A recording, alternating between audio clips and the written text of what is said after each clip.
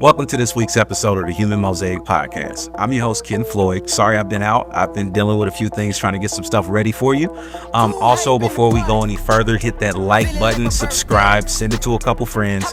You guys got to get the subscribe going. I'm getting a ton of views, a ton of watch time, but y'all not subscribed to me. So please make sure you like this video and subscribe it, and we're going to keep it moving, right?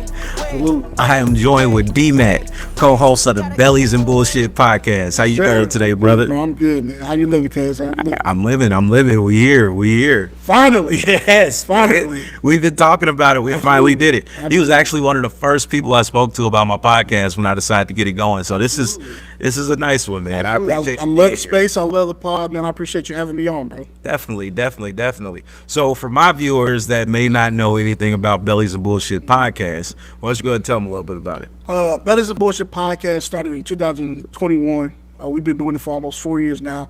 I do it with my homeboy, dude I met at high school named Breon, man. And it's been a journey, man. It's been one of them things where shit, you know what I'm saying? Podcast is a slow grind, but it's also one of them things.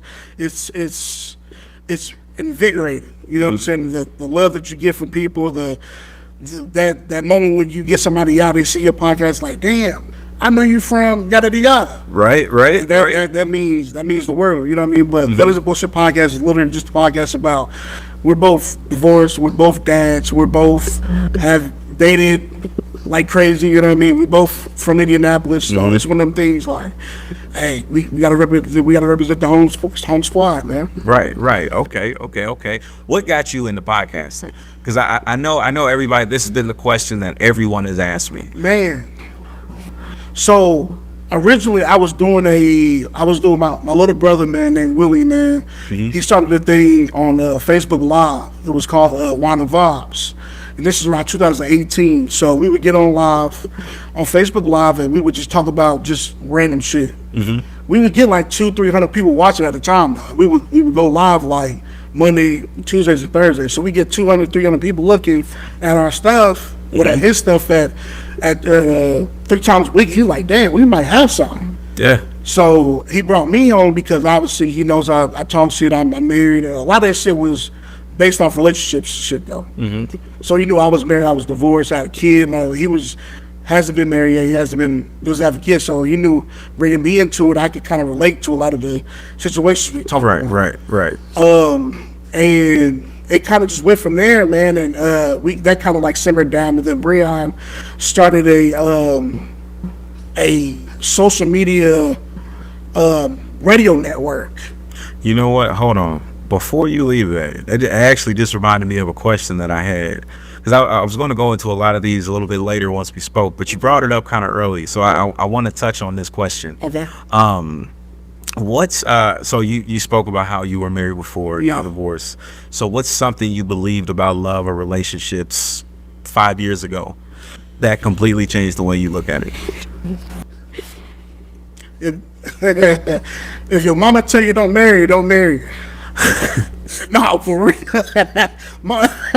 No, for real. For real. That can go two ways though. Sometimes you have one that'll completely disrupt your life. Man, tell you now you can't do it. So I got divorced in 2015. Okay. And we was only together for 3 years, got married, so we got married for 2 years, and then we was separate. But in between time, so the real answer to your question is pay attention to the small things. The small things you might think, oh, I don't really need nothing right now. Mm-hmm. You know what I mean? But when it gets to a certain time, those small things become big problems. Those small things become so big to the point where it's like, this is kind of fucking with me. This is making me change. And you noticed those small things like at the very beginning, didn't you? I noticed beginning. A lot of small things at the beginning. But I'm just happy to be in love. Yeah, you start finding ways to just justify the bullshit, no pun intended.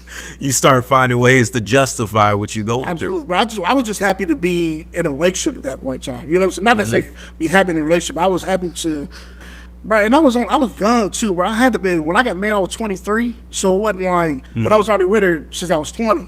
Okay. I always wanted to be in a relationship. I always wanted to be a husband. I always wanted to be that somebody to somebody. What do you think made you want to be that so bad so early on? Never seen it. My mother was never married. I never met my father. I don't even know what he looked like. Did you feel that? Did you feel that as you went on and you checked off these boxes, life was just supposed to get better? Yeah, absolutely. I feel like a lot of us have, as men, we've all had that because of whatever view society has for us. It's, hey, you got to be the husband. Once you're the husband, then you're going to have kids. Once you have your family, you're going to get a good career. Once you have a great career, you're going to go on to build legacy. That's all we saw on TV. And it just don't work happen that way. It don't because work. there's so many other things we don't look The at. white picket fence right? and the two-story house with the shutters, bro. Yeah, that shit don't, bro, that shit don't work out unless you correctly prepare for that. Correct. You know what I'm saying? Even if you correctly prepare for that, you can never predict that it's going to stay that way, or you can never predict the problems that you're going to have leading up to it. Right. You know what I mean? So those little things became big problems, like not shit for the arguing and not being able to get a point across without them totally shutting off before you get your point across. Well, maybe she's just tired, or maybe she just didn't want to talk about it, or whatever it should be. Yeah. And then after that happens, typically, you didn't push enough. Exactly. That's the thing that comes back. There are things that you should have talked more about. Absolutely. That you didn't ask enough. You didn't keep going. You told me to stop. Yeah. You actually got very upset and became combative and told me to stop. Exactly. So why am I gonna keep pushing it on again? And I was one of them people, like, that's that gaslight. Man. Right. And I was one of them people too. I was one of them people like, I gotta understand why you feel this way. Yeah. I'm gonna keep pushing this, and I'm like, yo, I need to know why you feel this way. Why do you not want to talk about it? Why do you feel this way? Please tell me, like. Right. And I was like, and then ultimately I would just blame myself. And knowing for a fact that I didn't do nothing wrong. Knowing for a fact that it'd be nothing wrong. I'm having to be that person, like, you know what, Mars? Let's just deal with it. You find yourself being way more kind. Absolutely. Than you ever have had to be. Absolutely. Because I believe that what happens is that you have these situations where there are women that don't know how to be loved. Absolutely. They just flat out don't know how to be. And so when they actually encounter somebody that does know how to love them, all they're going to do is give them what they've known. Like they don't even necessarily do it because they want to, I feel, in a lot of cases. I feel a lot of them only do what they know because it's the only thing they can fall back on as protection. Absolutely. They've never seen it. Yeah. And we're stuck picking up the pieces. I saw this podcast the other day, and they were bringing up it was a clip from a podcast. They were bringing up the software error. Yeah. And the host, he said, why did we need to have a software error? Like, think about that. Why we have to have one? And it's because women realize that women are so hard. It's so difficult. It's so hard. Bro, women have gotten so hard these days, bro. Like, and they want us to deal with them the same way. They want to bring that out of us. And it's like, so when I give you that, or if I give you that, I'm going to be viewed as the bad person, right? Absolutely. Because you met me with a masculine trait, and then you expected me not to give you a masculine one back. So in those situations, like you were saying, you're trying so hard to be overly kind because they're approaching you in ways that another man would. Exactly. You have to stop. You have to like mitigate. Alphas can't be had but at the same time. You ain't get shit done. That's old. Two alphas. That's a. Because women are a lot of women these days. They can look that way. They always want to say, "I'm an alpha. I'm an alpha." It's a badge of honor. It's a badge of honor to say I'm an independent woman. And I get, and like for the women that they don't have a significant other, they're not trying to be in a relationship, a marriage, or whatnot. And it's okay to you take care of yourself. Yeah, you're an independent woman. But once you get into a relationship with somebody, I don't care if y'all start off y'all just dating, whatever the case may be. once there's a point where, like, even in an emotional support situation, and then they're helping you with things in your life that you couldn't take care of before, and helping you create a thought process that's different from what you had, the independence is gone. He ain't independent either. Yeah. He needs you just as much as you need him, and they don't see that. It's one of those things where, and I'm not saying all women, we're talking about like the ones that are very, very have a very good amount of masculine traits. Exactly. Like the combativeness is something that I've always hated in the male and female dynamic, because once it gets to a point that your argument has escalated so much emotionally, and it's now just an ego battle, And a yelling match. you're never going to win that battle. And the reason why is because once it gets too far for us as men, then we go to our natural instincts, and this is becoming hostile. So yes, we are appearing very aggressive because we've gotten very angry. And it's when femininity is literally pushed through everything for a woman, these situations don't happen like that. Arguments are different. The way you approach them are different. The way you respond is different. If you guys do have a dispute, the way you ask your questions are different. Yeah. Because most women that have good men or know about these good men, they know that we go out in the world and we take care of like Everything. so much. A lot. We got all battles we got I'll to fight. fight with a lot. And we'll never let you know those battles. We'll never, unless it's one that you just had to see. And if you happen to see one that we didn't want you to see, that's because that's just the one that brushed by. Exactly. So One out of the first one out of 1,000. Exactly. That's a It be like that, brother. It's the more you argue with me, the more I'm going to get to the point where I ain't want to say shit to you. You argue with me, and be happy that I'm even coming to you with a problem. A lot of men, we don't want to give our women a reason to think that we're down or upset about something, especially if it got nothing to do with them. But if it does have something to do with you, I'm coming to you as a man, like, hey, I have a problem with this. You know what I'm saying? Let's talk about it, yada yada. Don't give me a reason not to. Okay, you know what? Talk about it. And that point that you made, I've heard that argued from multiple ways. I've heard men say that, and women too. Like literally heard a woman say, and this was one of the most shocking things I've heard a woman say. Not the most, but one of the most. She said, don't come to me with your problems. Don't come to me and show me that you're emotional or you're weak in this moment or any of that, because that's showing me that you're not able to protect me in this moment, that you're and I think less of you. And when I saw that, and the guy actually one of the guys that was on there, he agreed with it. He goes, yeah, as men, we can't be vulnerable to women, because when you show a woman your vulnerability, it's over. They not exploited.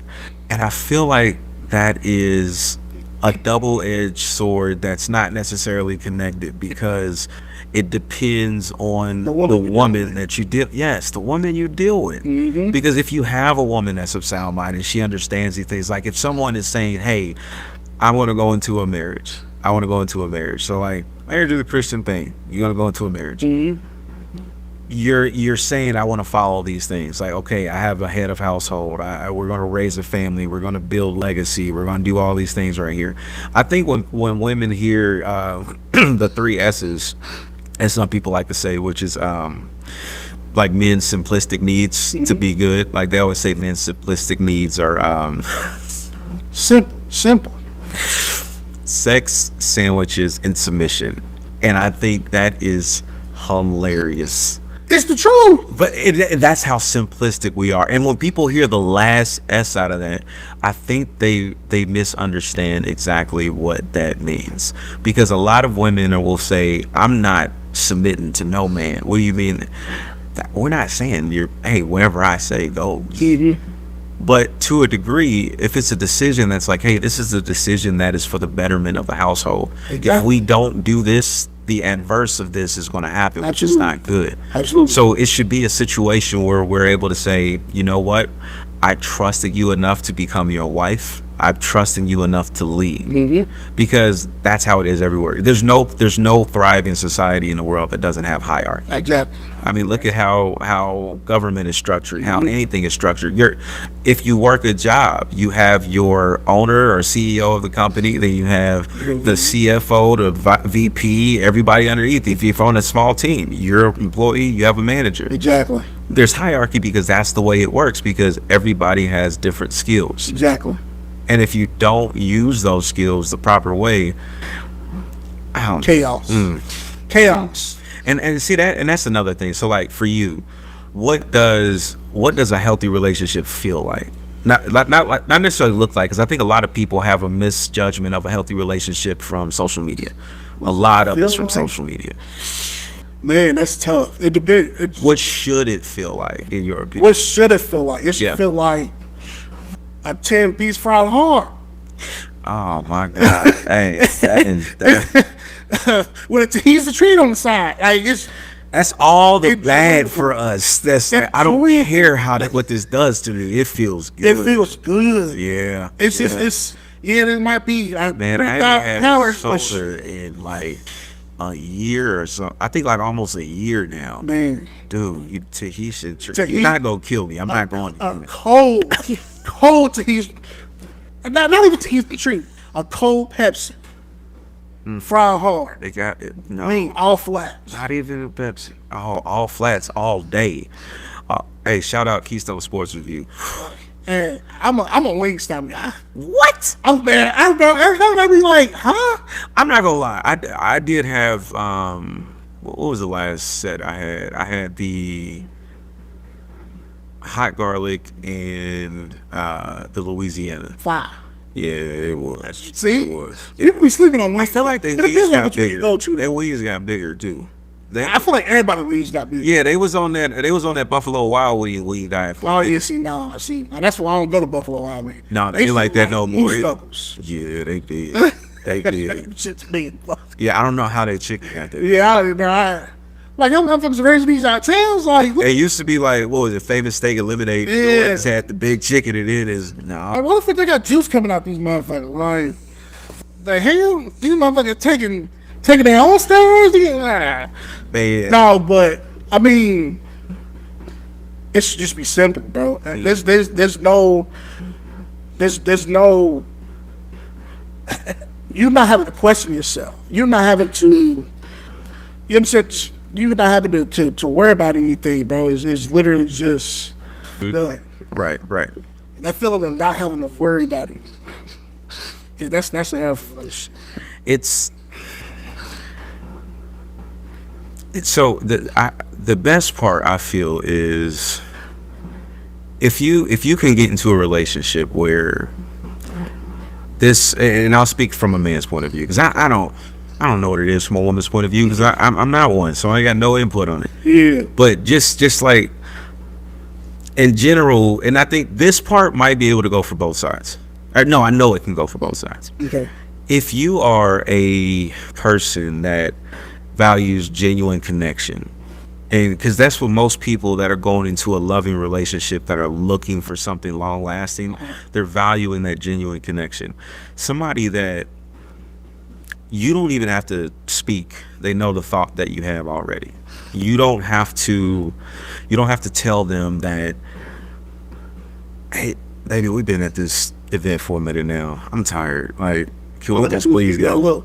Yeah, she's got to look over and see how you are.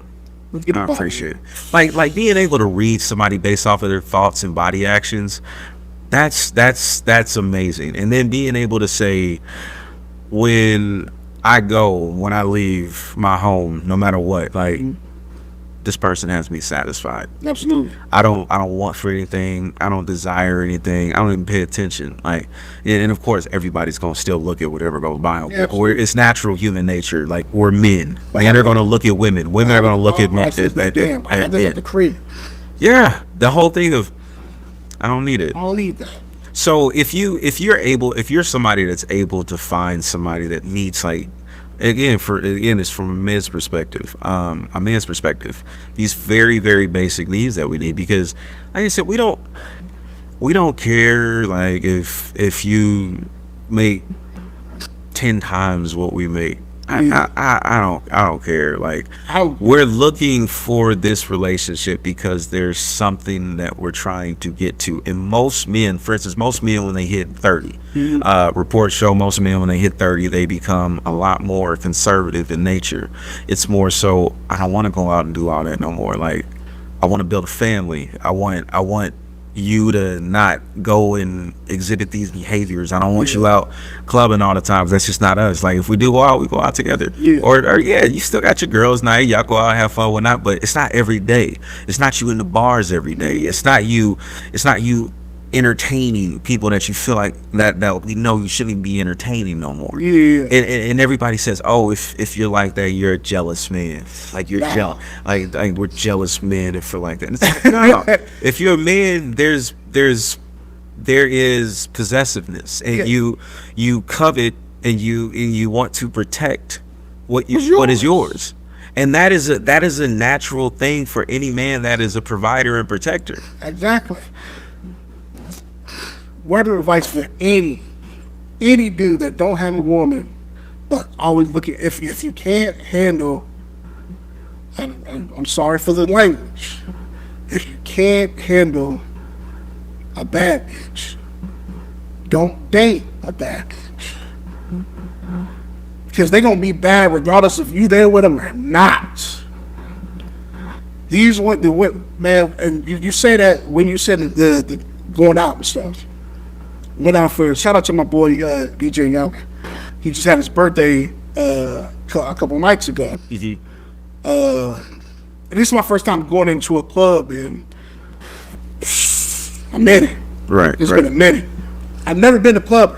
Like, when we was growing up, remember, we had all the college parties. We had all these different things like the Inferno, Tremors, all these different things. Bruh. Well, I was 18. Yeah. I've never been to Tremors. Never. Ever. So always heard. People always tell me, people be like, damn, like, you never been to Tremors. You never. But when I was at an age, bro, I didn't really do shit. So vibe and so forth. So I went to the club a couple nights ago, and I'm just in this motherfucker. I'm just like looking at these women. I know a whole bunch of the women that clearly they over 30 something. I'm here looking at these girls, these women, and what you said is like, damn, these motherfuckers are kind of old to be doing this shit. Come on, right? Like, when I tell you 40, scrubbing the ground, and I'm like, when do you grow out of that? When you grow, that's okay. Like, you with your girls and shit. You know what I'm saying? You know, you gotta do that at the crib, and you know, you just want to have fun, let loose. But when you like single and you 40 doing shit like that, then you kind of wonder. There's a reason you still 40 and single. That's what I'm saying. I mean, there's women right now that's like just hit over that 30 and they still single. They all still single, and it's sad because, and there's men. I'm not just dogging on women at all. No. There's men, a lot of men, and a lot of these YNs, boy, like that whole generation. I'm just like, I don't even know what y'all gonna do, cause y'all whole generation, the pick of the litter is slim. And then, bro, and I'm almost afraid. I'm afraid for the generation that's under us. So it's us, then it's the YNs, right? Yep. I'm afraid for these kids, man. I'm afraid. Like, I be seeing these videos on Facebook, bro. These dudes walking around in nice neighborhoods with people. Yes, with the ARs and shit. I saw that. I was like, hey, man, what is going on right now? It's a nice ass house. Where the fuck y'all at? Yes. Wow. Ski mask. Bro, ski mask just over the shoulder, just walking. I'm like, man, hey, these houses, these gotta be their parents' guns. Something. This is wild. And I'm like, where the fuck the parents at? And if they want, this means we the parents. I was about to say, you don't know why, because the parents is all them ones that we was talking about when we was in school. Like, man, hey, that's gonna be a problem.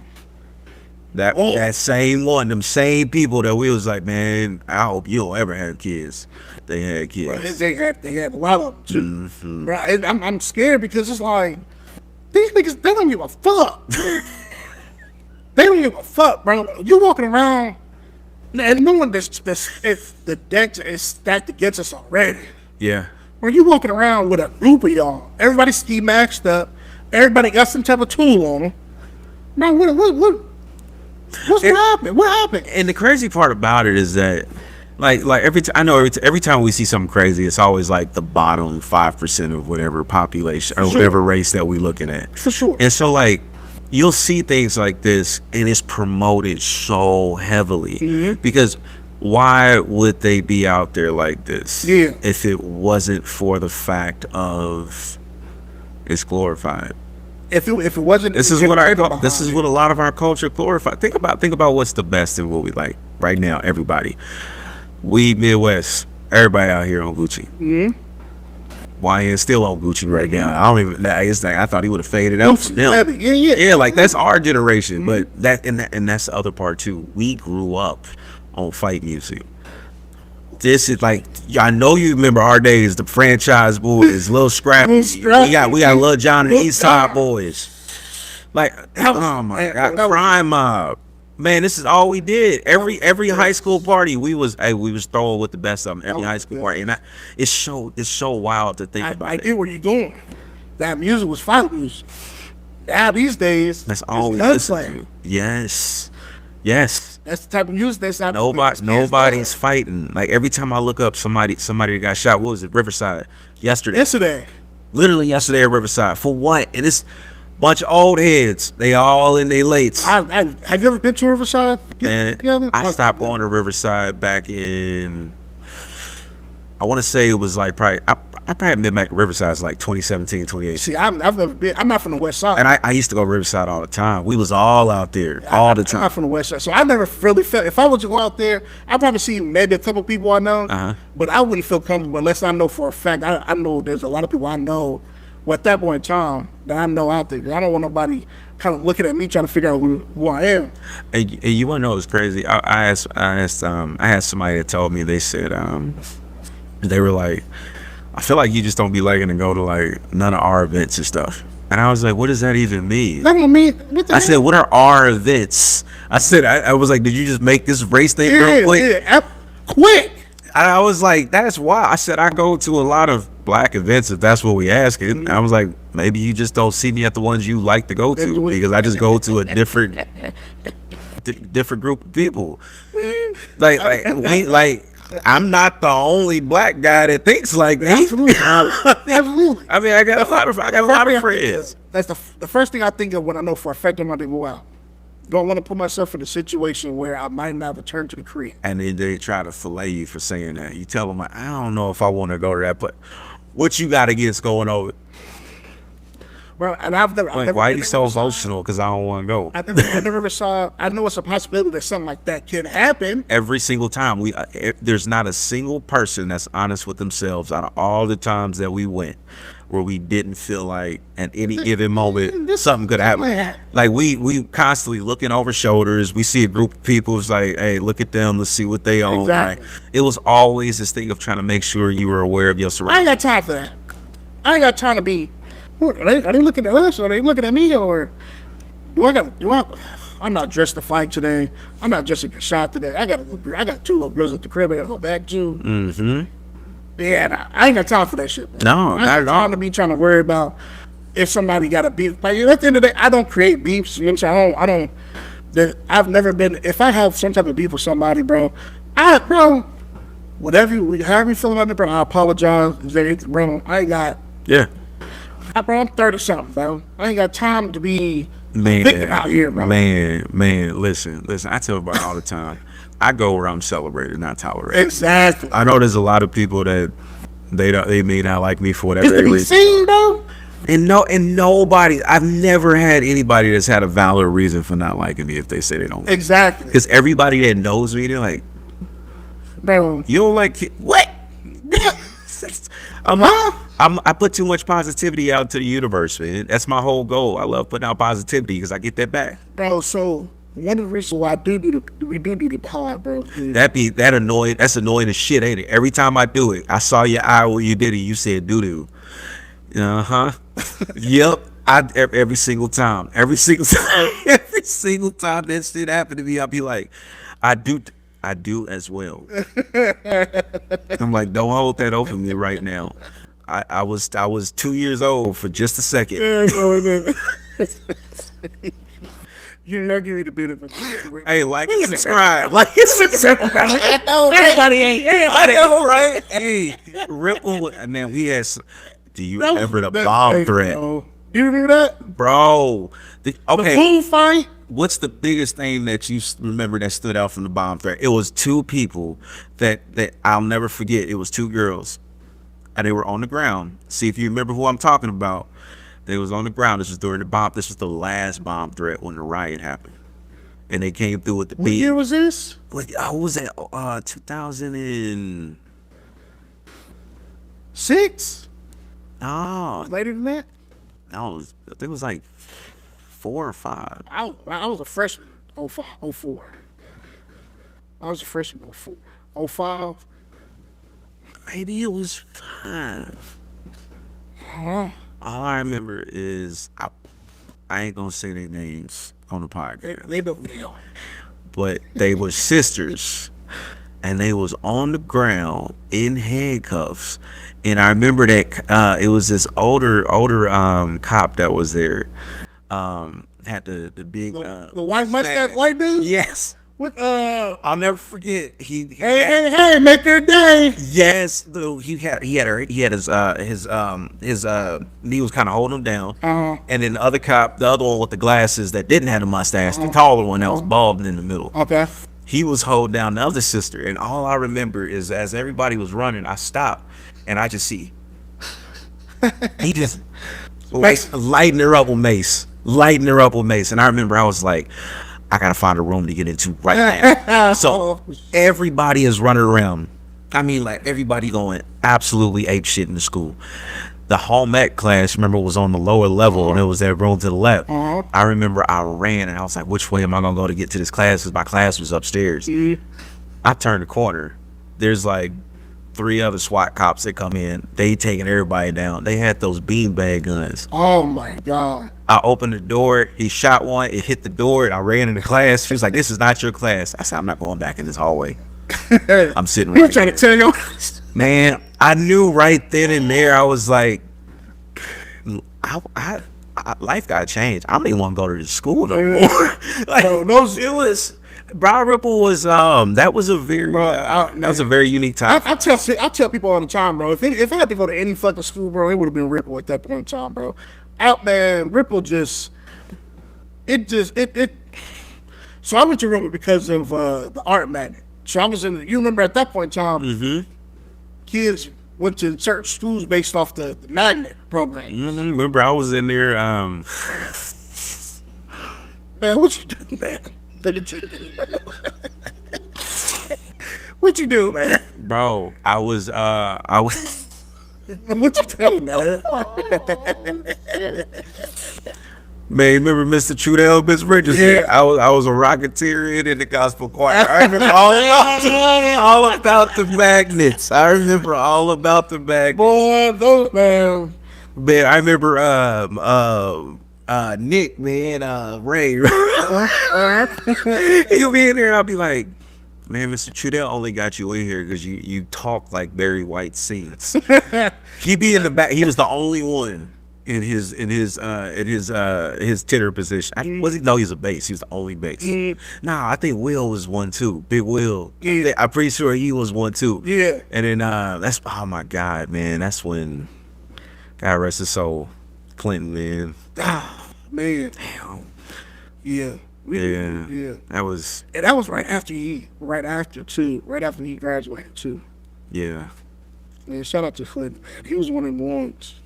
He was, man. He had a good spirit. Absolutely. He had a real good spirit. Friendly. Yeah. Friendly as hell. You know, all of them, like Mike, Lazarus, all them, man. Jerry, like, yeah, man, cool folks, man. I have friends from Briar Ripple that are like lifelong friends. Absolutely. I still talk to this day, Absolutely. like all of them. I want to do something. I want to do something for, like, I know there's like a Facebook page for like all Briar Ripple. We got a reunion page. They tried to do something last year, I believe, So but not enough people. I did something for our 10 year. We did it at Epic, which was crazy. Okay. Packed. But I want to do something for everybody. Yeah. just so, I mean, life be lifing, bro. Like, Yeah.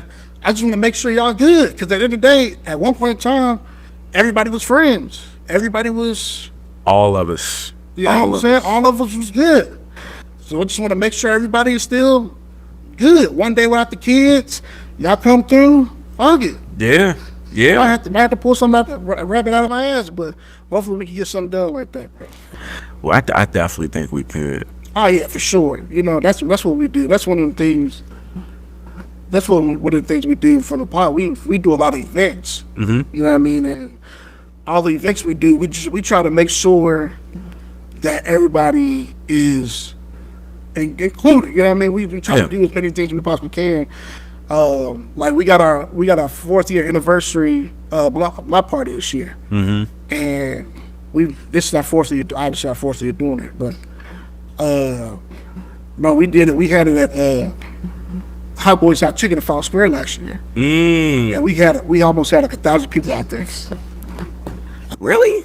Man, we had 1,000 people out there. 1,000 people out there is crazy. So, That's have you crazy been to Hot Boys work. in Fall Square? I haven't been to that one yet. So it's along Virginia Ave.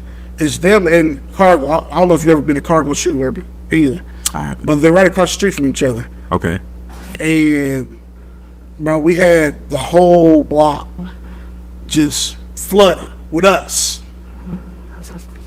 Crazy. That's probably a good answer. And like I said, this is our 4th. Last year was our 3rd year doing this. So 2nd year we probably had like 300 people. Well, we had like 300 people. Okay. 3rd year, so first year we had like 300 people. 2nd year we had about 5, 6. And last year we had almost like 1,000. Right. So this year, this year we had to actually get permits to cut off the GI. So there's gonna be that. We got Love Jones Cafe. I think Cafe. Love Jones Cafe. Love Jones Cafe. Love Jones Cafe. You think people right now are looking for love, or are they just looking for somebody that won't leave?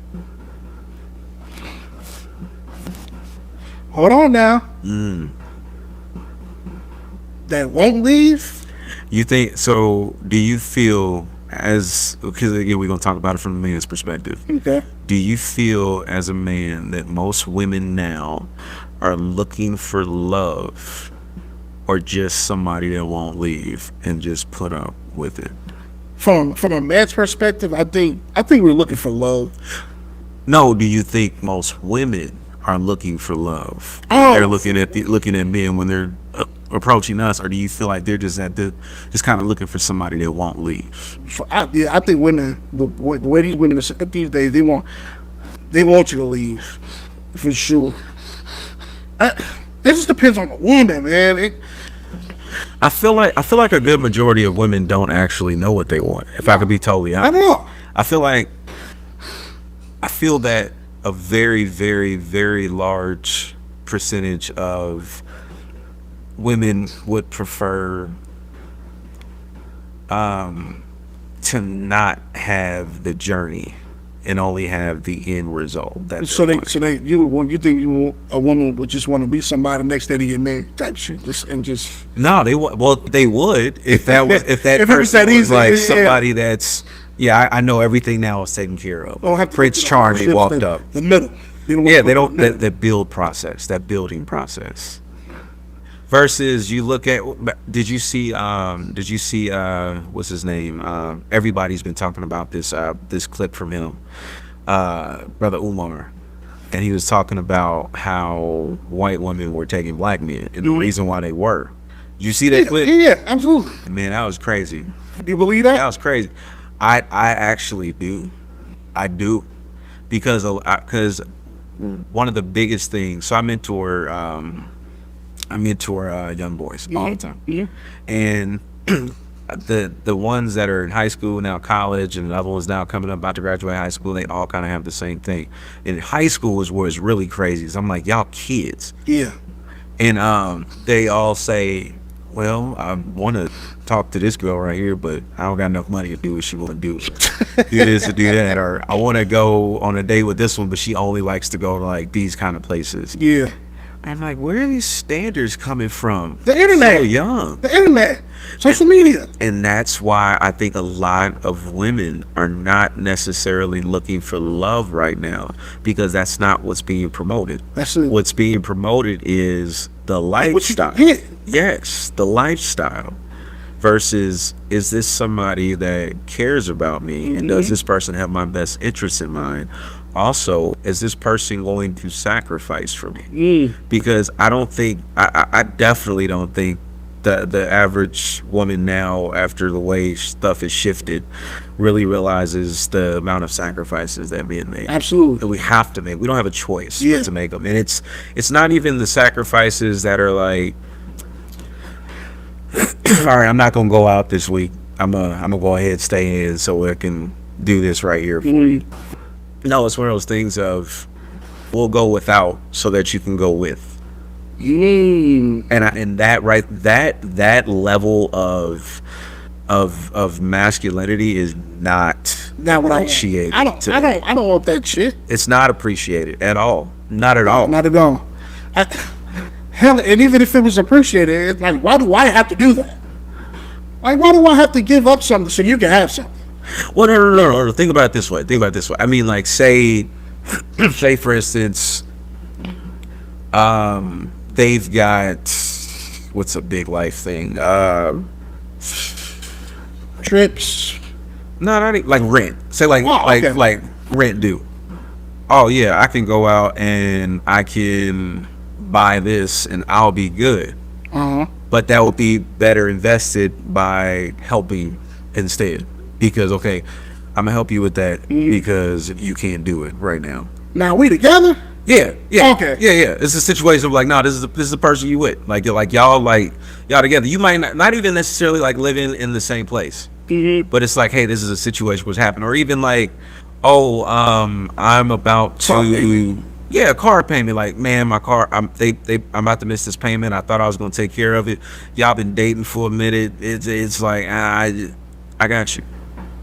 Like most men, I feel like, will be like, if this is the person you rocking with, and this is the person that's like, like this is the person that make me feel like I'm good. Like I'm good when I'm with this person.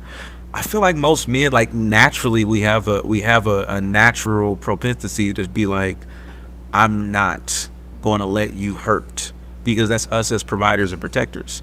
It's like, we ain't gonna let you hurt. And again, it's within reason. Everybody's situation, like, it's like when I say go without, it's like, well, shit, I was gonna go buy this watch, but now I ain't gonna buy this. Materialistically, that's what I thought you were talking about. Yeah, like I ain't gonna spend this money I was gonna spend on such and such. But not even that situation. It's like you give it to them, not having the necessarily the nest egg you would have had before.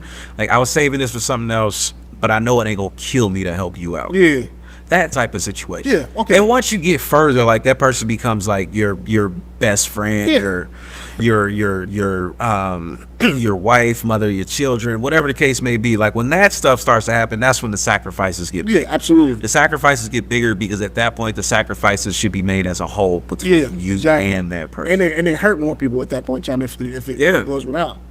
Yeah. If the sacrifices isn't made, then it don't just hurt me at that point. It hurts everybody within the vicinity. But that is not something that is looked at as admirable, or, oh, that's a great value in a sense right now, because a lot of women, and this is not just my opinion, this is watching a ton of like podcasts, surveys, everything. It's expensive. Where we want that, you're supposed to do that for me. Yes, because yes, we are. It's part of the role of being a provider. Mm-hmm. But it's one of those things where you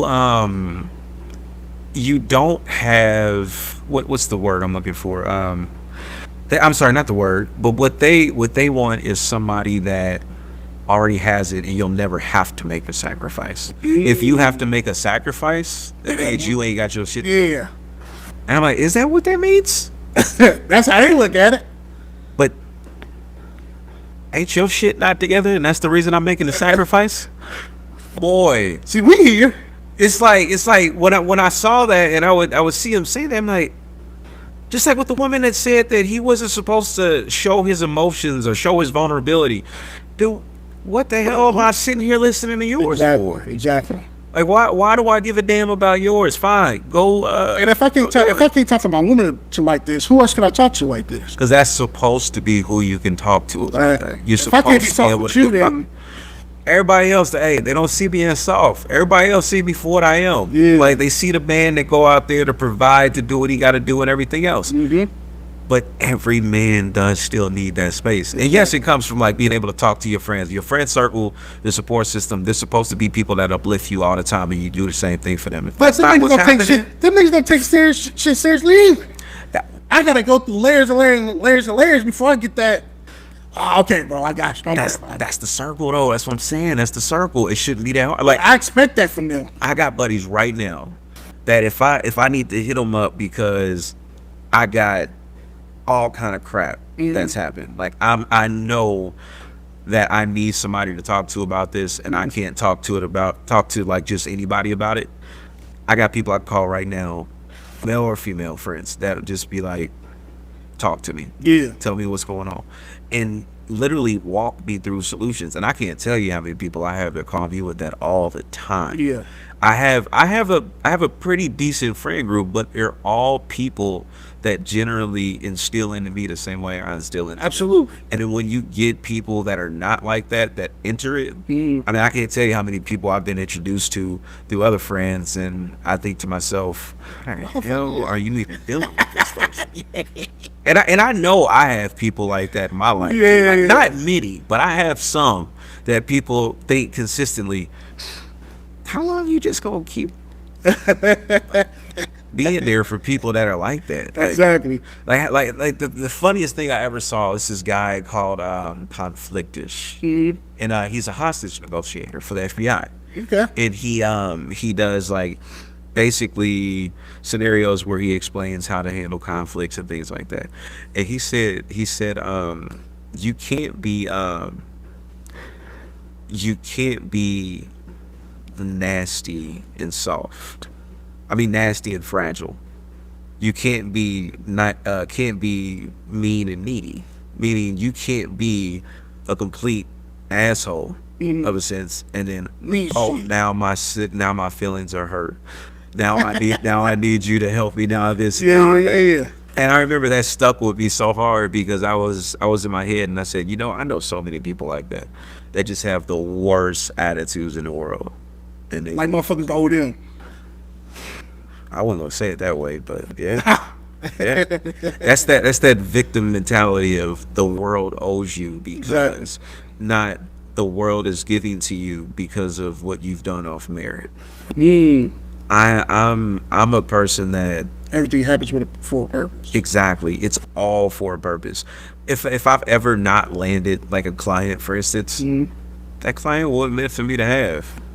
I've had people that have scheduled to come on the podcast and they'll call no show, or I'll hit them up like hour after I'm here. Where you at? No response. Hey, it just wasn't meant for me to have them on the podcast. Yeah, exactly. And it's no love lost. It's, hey, I get it. Life happens, but that's always that transparency thing. Like, just say something, man. Nah, It's like we'll reschedule. We'll do it again. nah, I ain't inviting you. What? Come on, you gotta give more. Nah, You gotta give more than one.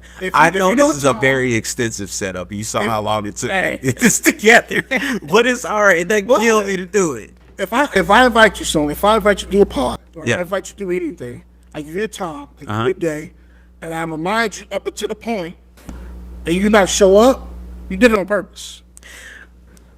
Yes, And you don't say anything that day, you did it on purpose. I think a lot of people too, and that's why I always give more than just that one shot. Because I think a lot of people are more so afraid of receiving your disappointment and them not following through with what they said. Like a coping mechanism. And the biggest thing that a lot of people will do to cope is to just shut down. They'll go silent. They won't talk to anybody, and they'll just disappear. And then they'll reach back out weeks later or a couple days later, whatever the case may be, and have a story for you. Probably a good 20% of that, 25% of that is probably a little fluff. They add some stuff to it to make it sound better. But really, what it really comes down to is just their time management was off. And a lot of people just don't know how to admit that their time management was just not on point that day. You believe that? I absolutely believe it because I know I do it. I know for a But fact that there. But I tell people, I'll let them know. Okay.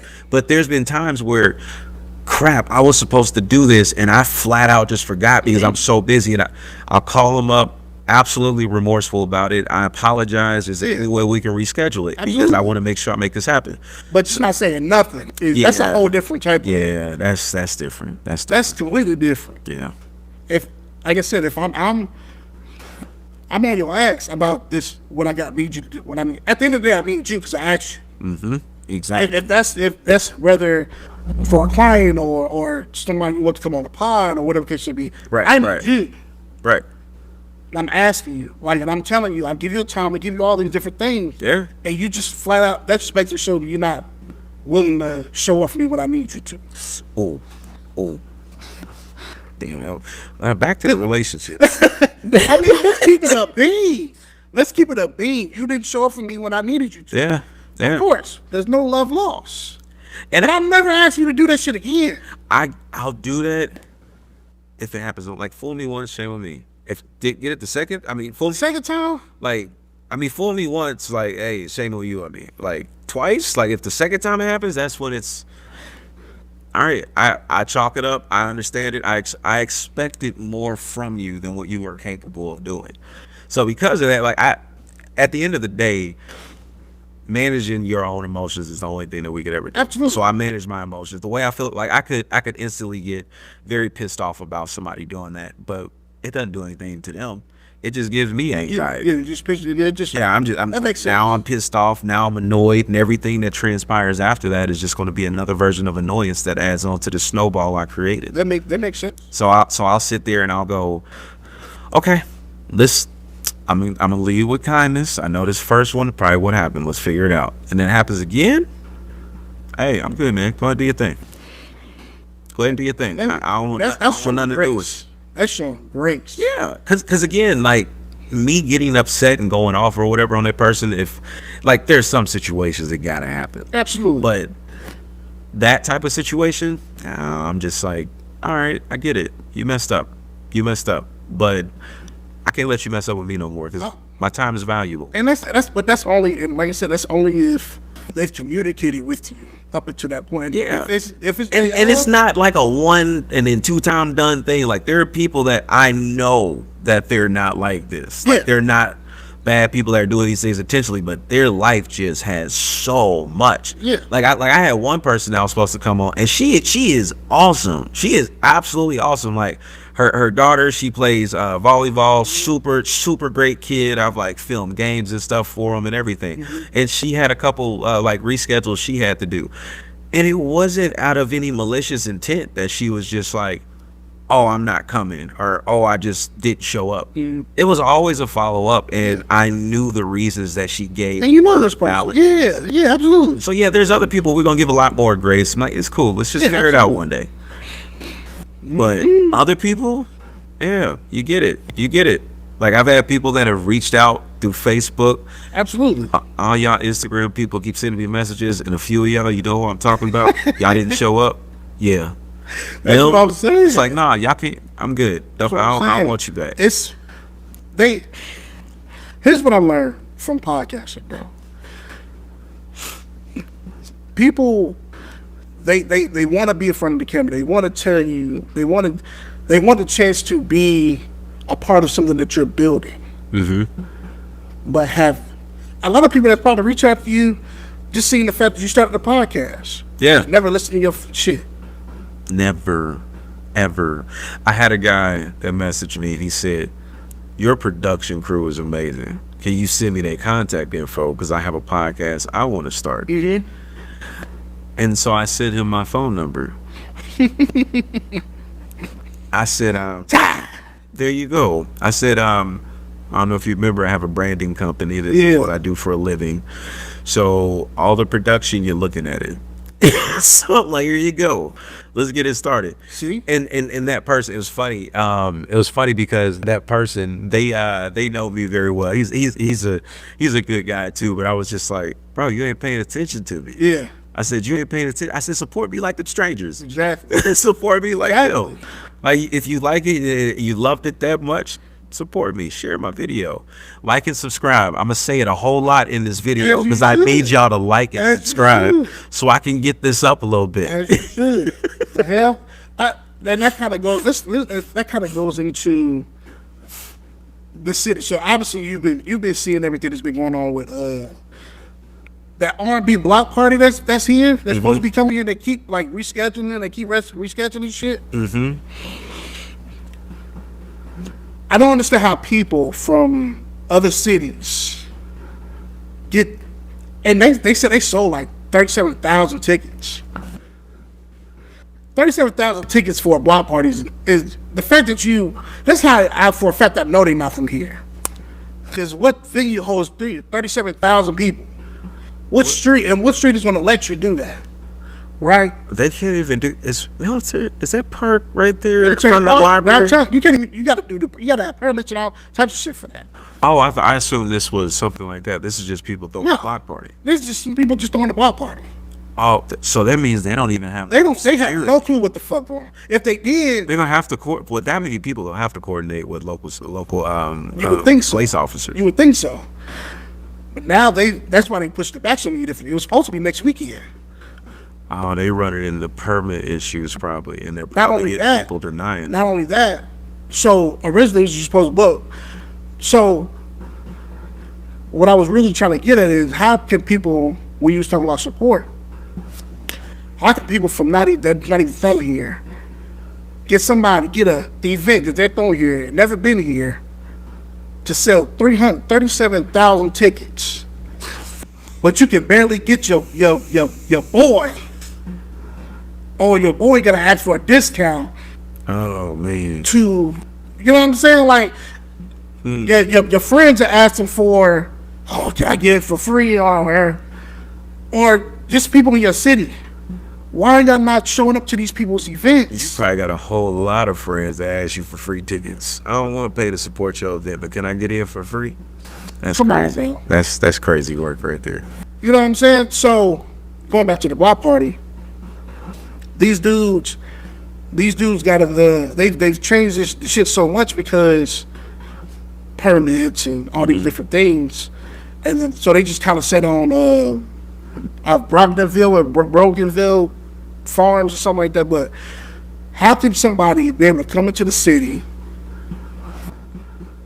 and the whole scam thing went out too with this whole thing, right? Because the first it was a free block party. Now they're making people pay. So like now that everybody kind of feeling like, oh, this is a scam. Why? Again, these dudes ain't from here. So now I don't know who they get in contact with from here. But now these guys are making people pay for the tickets because they see 37,000 people online trying to figure out what's up.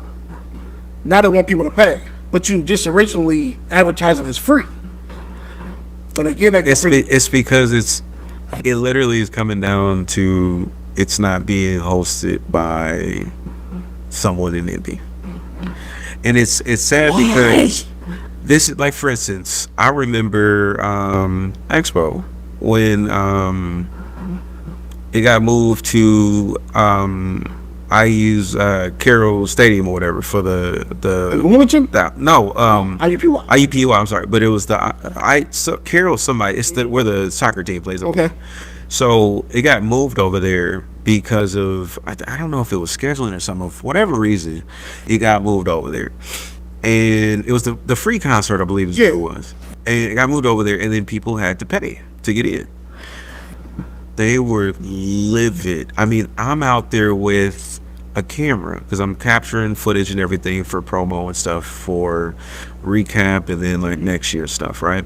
So every person that I'm talking to, because they see me with a camera, so they assume I work with whoever's there, they're asking me questions of, what am I gonna pay? Well, yeah, why are we paying? Why is this taking so long?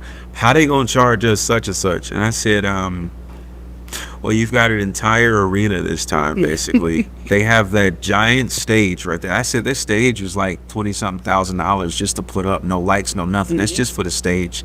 You have all of these artists. You got a full lineup. Johnny Gill killed it. Johnny Gill set I told my grandmother, I said, I'm gonna be honest with you. I didn't know Johnny Gill was that talented. Yeah. I said I knew Johnny Gill was that guy, but watching him play the bongos while he was singing and dancing at the same time, did that. dude, it was crazy. I mean, he up there going to town, and he like shimmying and doing his legs and doing all this stuff right there. And I was like, what are you? He's that sitting doing leg. I said, I'm looking right, and then I see these dancers come out. He hitting it with the dancers. These women doing all the little twists, turns, and flipping from the other and skipping back the other way, and he doing the exact same thing. And I was like, I know he gotta be 70, or somewhere near. You sure? He up there. He up there. He don't look a day over like 50, 55 at the latest. Not even that. He looked 50, maybe younger. Like Johnny Gill looked real good for his age. And he had the crowd going nuts. And so like it was hot as heck that day. And then it cooled down night and everything. But it was, for what they paid to get into that concert, there's no way. They got way more than what it was worth. They got way more than what it was worth. So basically it was essentially an entitlement. Like, it was an entitlement, but if you've never charged before, charging now? How many times do you think we're gonna be able to bring these celebrities that y'all like to watch and have listened to growing up and stuff to Indianapolis to perform and everything, if out of money that doesn't come from you? Like, how much money you think people are gonna have to always invest in that? And it's crazy because I feel like, and I think every hometown, in a sense, kind of has this. Yeah. Where, not every hometown, because a lot of these hometowns, like if you're from Atlanta and you coming out in Atlanta, like Atlanta mess with you, like they support their own. Same thing for like Detroit. New Orleans, Detroit, all that. Chicago. Yeah, like they support their own. But I feel in Indiana, or Nat, man, there's a lot of that. It's a lot of self-entitlement. Yeah. Like just like this stuff just happened with Boosie not too long ago. Hey, all I know is I heard a little bit online, and I don't know what happened or how it was, but I was just like, oh man, come on, we don't need this kind of. And people here love Boots. Yes. People here, he's been online saying like, hey, man, bro, I was at Savannah, Georgia, my freshman year in high school, Savannah, Georgia. So Boosie, Webby, hey, that's all we listen to. People love Bootsy, but I do love how people like, well, shit. Well, people feel like, well, you know what, shit. Like, this fuck you too. Like, we not. I still don't even know what happened. But so his daughter does this thing on YouTube called The Debut, where she has like certain up and coming artists come on her show and they do like a song or a set or whatever it should be. She like judges them. Okay. And whoever impresses her, I don't know what the people get if they win. Or it's not even like a practice show or like that. It's just people that go on the show and just perform that shit. I thought she was like owed some money or something from what I read. So she can't. So the dude. So she has a thing on YouTube that's completely. It's damn near identical to what the dude was doing here. Okay. So the dude he has a thing called Hit Stage. It's damn near the exact same thing. Where people come, up a couple artists come, and more than likely it's somebody from here, come and they do their set, and they do like a panel on their kids to be, and these people give them constructive criticism back. Okay. I guess he hired her to come in. She's done it once, so this would be the second time she's coming back. So he hired her once, and everything was smooth and peaches and cream the first time. Okay. Second time comes around, and I guess he doesn't have all the money up front on the KCB, but he's done business with her before. So she kind of like knows how he does. Well, I guess she didn't want him. She wanted all her money at a certain point in time, and he didn't have all the money at a certain point in time, and then she just kind of like went off on him type shit. And he was like, well, I mean, shit. She pushed him, and so you know the dude from here, his name is Playboy. Okay. He's signed to Bootsy. He's been signed to Bootsy for a minute. And he was here, and I guess he tried to break it up or whatever it should be. The dude was like, you know what? If you gonna put your hands on this shit, bro, fuck this. I don't want to do business with you no more. Like, right. That's his shit. I don't want to do business either. But I don't think it was more about the money. I think it was more about the fact that she felt the need to put her hands on him. And then he was kind of like, okay, yeah, I don't want to do. I mean, if it's gonna get to that point, I'm cool. The dude's only like 21. The promoter, he's only like 21, so he's He's like, bro, I'm losing money to even bring you here, type shit. You know what I'm saying? Just try to put my city on, like. So I'm 99% the reason. That's the reason why that shit happened. But it's really just it's the entitlement. It's the entitlement that people feel from here that they are owed something. Same thing with this climate shit, bro. Like this climate shit, nobody owes you anything. Exactly. You gave your followers organically. It's word of mouth. Yep. The content you put out. It's the event you go. Say not even just by the bond, it's the event you go. It's the relationships you have with people. Are you a good person? Yeah. Your business. Exactly. That's one of the biggest That's things. the biggest thing. Yes. I don't owe you shit. You have a good business. Do you help when people need help? Do you give back? Why am I? They're going to that provider saying you tried to hide a little bit earlier. Do you give back? Do you help? I mean, because See, when I talked about helping out, he didn't want to say that. Now he's like, oh, I got to help out. It's a natural thing. As As a man, that's what we do. We help. That'd be the first thing I'll think about, bro.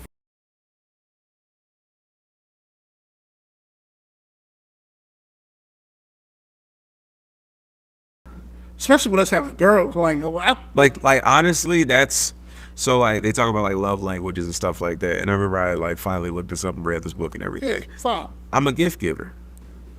That's literally what it is. Like I receive enjoyment and happiness from seeing that I'm helping other people get better or be happy in a sense. So for instance, if I know someone is kind of struggling, like, and I'm not saying like when people say struggle, they always go to finances. No, like it's not always finances. Say I just see a person that can't quite get their thoughts together. They're trying to figure out life and it's like smacking them. Yeah. I want to help that person figure it out. If this is somebody that has value to me, I want to help you figure that out. And then once you figure that out, I know that your mood is going to be different now on days. You're going to be happier. You're going to want to interact and do the things that you didn't want to do before. You're going to live a happier life. So by me helping you live a happier life, and that makes me feel great. Because honestly, if I could pick one thing that I could be remembered for, people going to remember me always from my heart. They're like, man, he cared about everybody. Absolutely. So, and another part too is I think a lot of people, they think that if you are somebody that cares, it makes you weak in a sense. Like I've always seen that come back as the adverse. Like, why are they not so all the time or whatnot? I ain't gotta be an asshole all the time. Exactly. Like when you bring it out, you gonna know you got it. Like that thing you asked for it. Well, I'm gonna be known for that. But exactly, I want to be known for hey, he made everybody smile. Exactly. Like everybody, when he came around, they knew the party was starting. Exactly. Like that's what I want to be. Exactly. And that's what I've always been. I take pride in that. And if I don't mess with somebody, everybody understands why. Because the way he is, and then with this person, that ain't somebody that fits in his stratosphere. I agree with you. The whole reason for me doing it, I just want to make people laugh. Yeah. Me making people laugh, me making people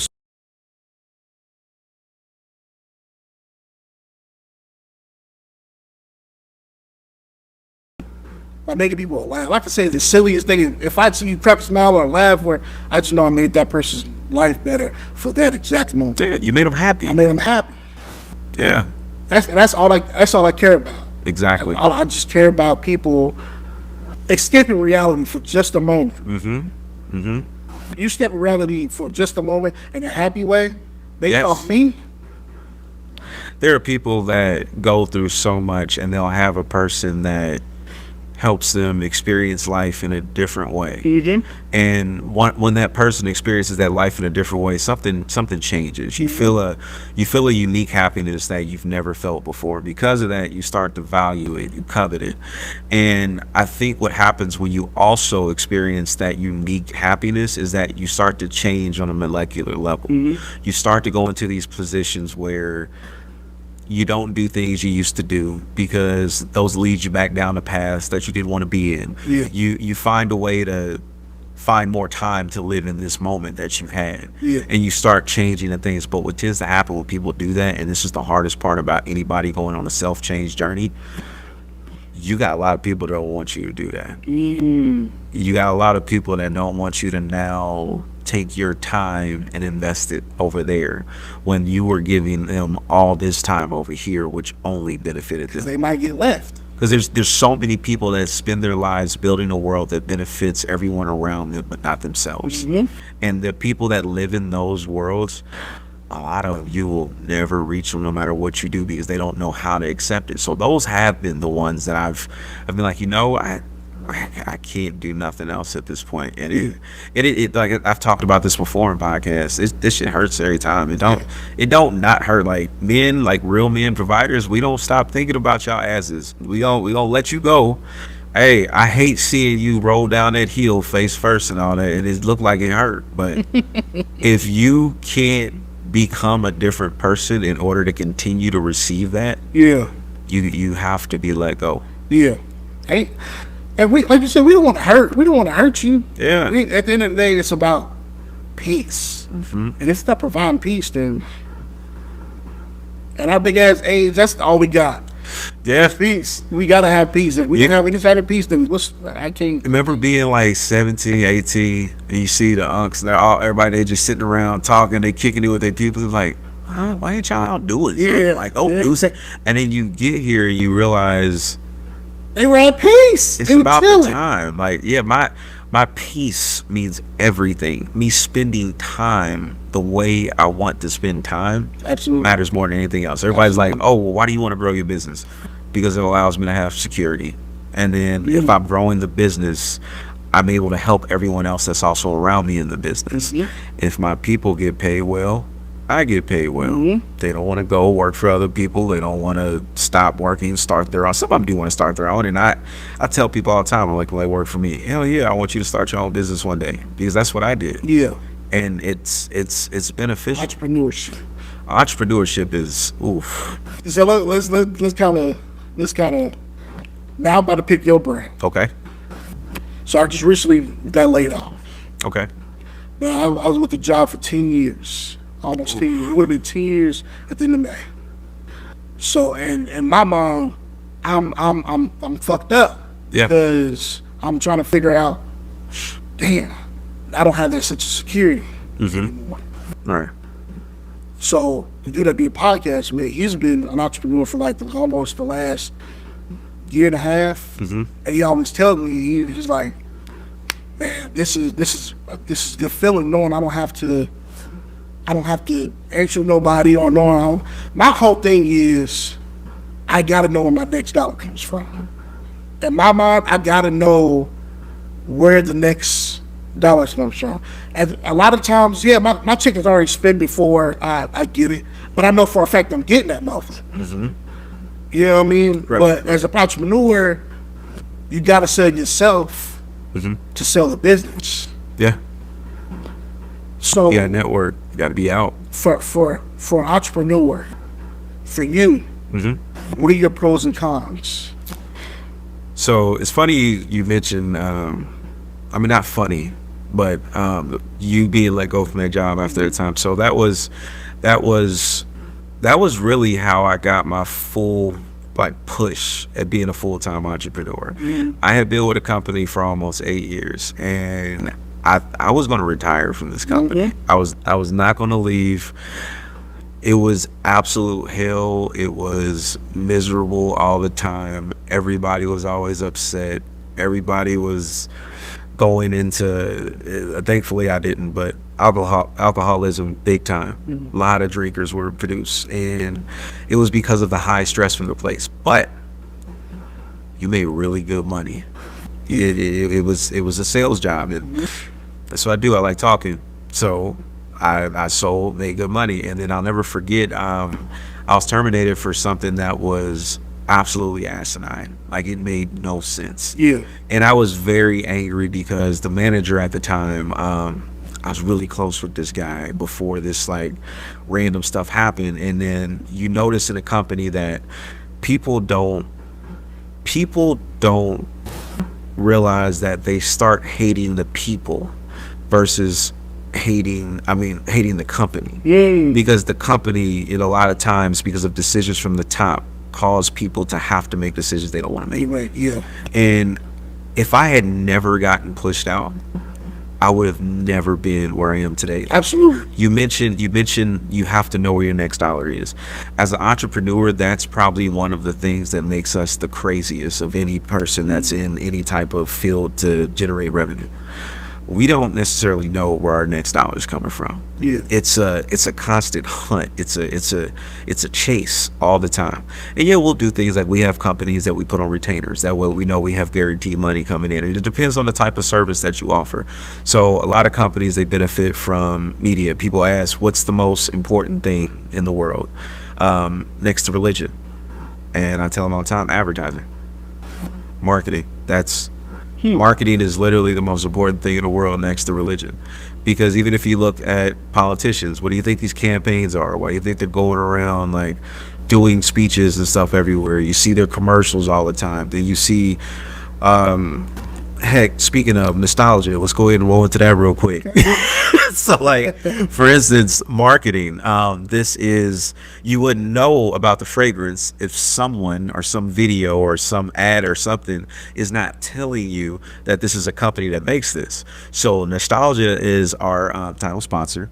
They make fragrances that are like 95% oil. Crazy. This is my favorite power combo right here. This is a 12 Nuaire, and this one is called Rain. Ooh. That's a fire one right there. Go ahead, you can spray some on. Go ahead. Come on now. What the French people do? And they get the little wrist rub and hit it on right there. Yeah. What the French people do? Man. So like the way I layer that one. Oh, I like that. I'll hop out the shower and then I'll spray that on the hole. And then after I put my shirt on, I'll layer it with the Rain. Yeah, like that, and that Rain smell way different. Like it smells close to the same, but it's a different type of hit when you spray it. Go ahead, spray some. You're gonna be like, oh, this is nice. Anyhow. Yeah.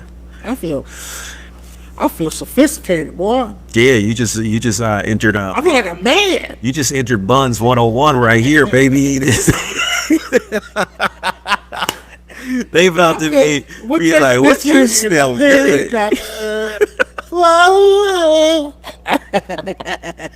Oh man, I like that a lot, bro. And he's a really good dude, man. He's actually he's from Chicago. Okay. Yeah, he really good dude, man. Like his biggest thing with this is that he wants like the reason the bottles are clear, for instance, he wants full transparency so people can see what they spraying on their body. Absolutely. He uses high quality ingredients.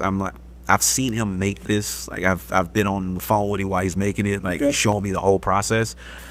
It's not easy. And he went through a lot of training to make this because he wanted to be able to offer something for people that was very good. He has 9 fragrances in total. And 2 of them are one's male, one's female, and then the other ones are all unisex. Okay. So these 2 are actually 2 of the unisex fragrances. Okay. This right here probably is hands down my favorite fragrance that he offers, okay. Rain. And selfishly, I wish it just said men on it. Because the funniest thing is when one day you interact with some woman, you like, you smell like me.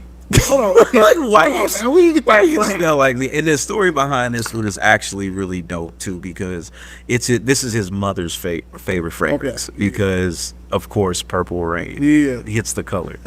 So it's really dope. I like that. I like that a lot. Shout out to Nostalgia. Oh yeah, Nostalgia. Hey, nostalgiaforyou.com. The FOR, not the number 4. Absolutely. And he's dope, man. I'm gonna have to, when I get the other ones. He got a new one that's came out called Canal Blue. Okay. Canal Blue smell like you just hopped out the shower. And there's a Father's Day scent that about to release. I got it. I'm gonna have to let you. You got it. Yeah. It's called Heritage. Okay. It's nice. Like the everyday ones, like SS is the another one is the other men's fragrance. Okay. And SS is solid. Like it reminds me. Yo, man, I gotta get online and see what he got. Oh yeah, and he's got great packages, man. He's got like sample packs that he has out if you want to like sample everything to see what you like. Okay. Or he has like the go-tos that people most typically get. Okay. Or you can order like if you order 2, you get a discount for ordering 2. So there's all kinds of stuff that's on there. And he's got some pretty heavy support. Too? Yep. He's in Dallas right now. Okay. He's in Dallas right now, but he's got some great support. It's been awesome watching him grow, and he supports us, of course. So man, it's pretty dope. To nostalgia. Oh yeah, man. Oh yeah, definitely. Oh, let me get this other question, because there was one question on here that I didn't want to leave this one off. Okay. So we were talking about relationships. I know we done went through a few things. Yeah. Oh no, wait, no. Wait. We still have some with entrepreneurship. Entrepreneurship. Yeah, hold on. Pros and the cons. Pros and the cons. So now that we've got nostalgia out the way, one of the cons, man, you have to become of a mindset that you don't take everything so personal. Emotional intelligence is huge, and I think a lot of people just think that like emotional intelligence is only how you handle yourself, as far as, okay, I'm just not going to overreact to the situation. It also comes down to how you present things too. So for instance, I can have a client that I know they're wrong in this situation. I know for a fact they're wrong. I did everything I was supposed to, but you can't be that way. Yeah. And I think you learn that more over time with experience, because when I used to work at this other company and I had customers that were like real rude like that, yeah, I would snap back at them sometimes after a while. So I'm like, we're not doing that. Yeah. I'm not going to take you saying it. Sometimes it was real disrespectful stuff, so I had to, because there's certain situations, no, you got to throw it back. But most of the time I lead from the angle of, okay, obviously there was something that was not communicated correctly, or obviously there was something that I may have done or something I displayed that has them feeling this way. Yeah. And so I've learned to, you can't have two waves meeting each other, because if you give the same force that the customer gives, you guys are just making a tsunami. Yeah. Nothing's going to happen but destruction. Makes sense. So I always go into this with this oversight of, let's find the cause of this problem, and then let's find a solution to it. Yeah. Because it doesn't benefit me to combat them, because if I'm combating them, that just hurts my money.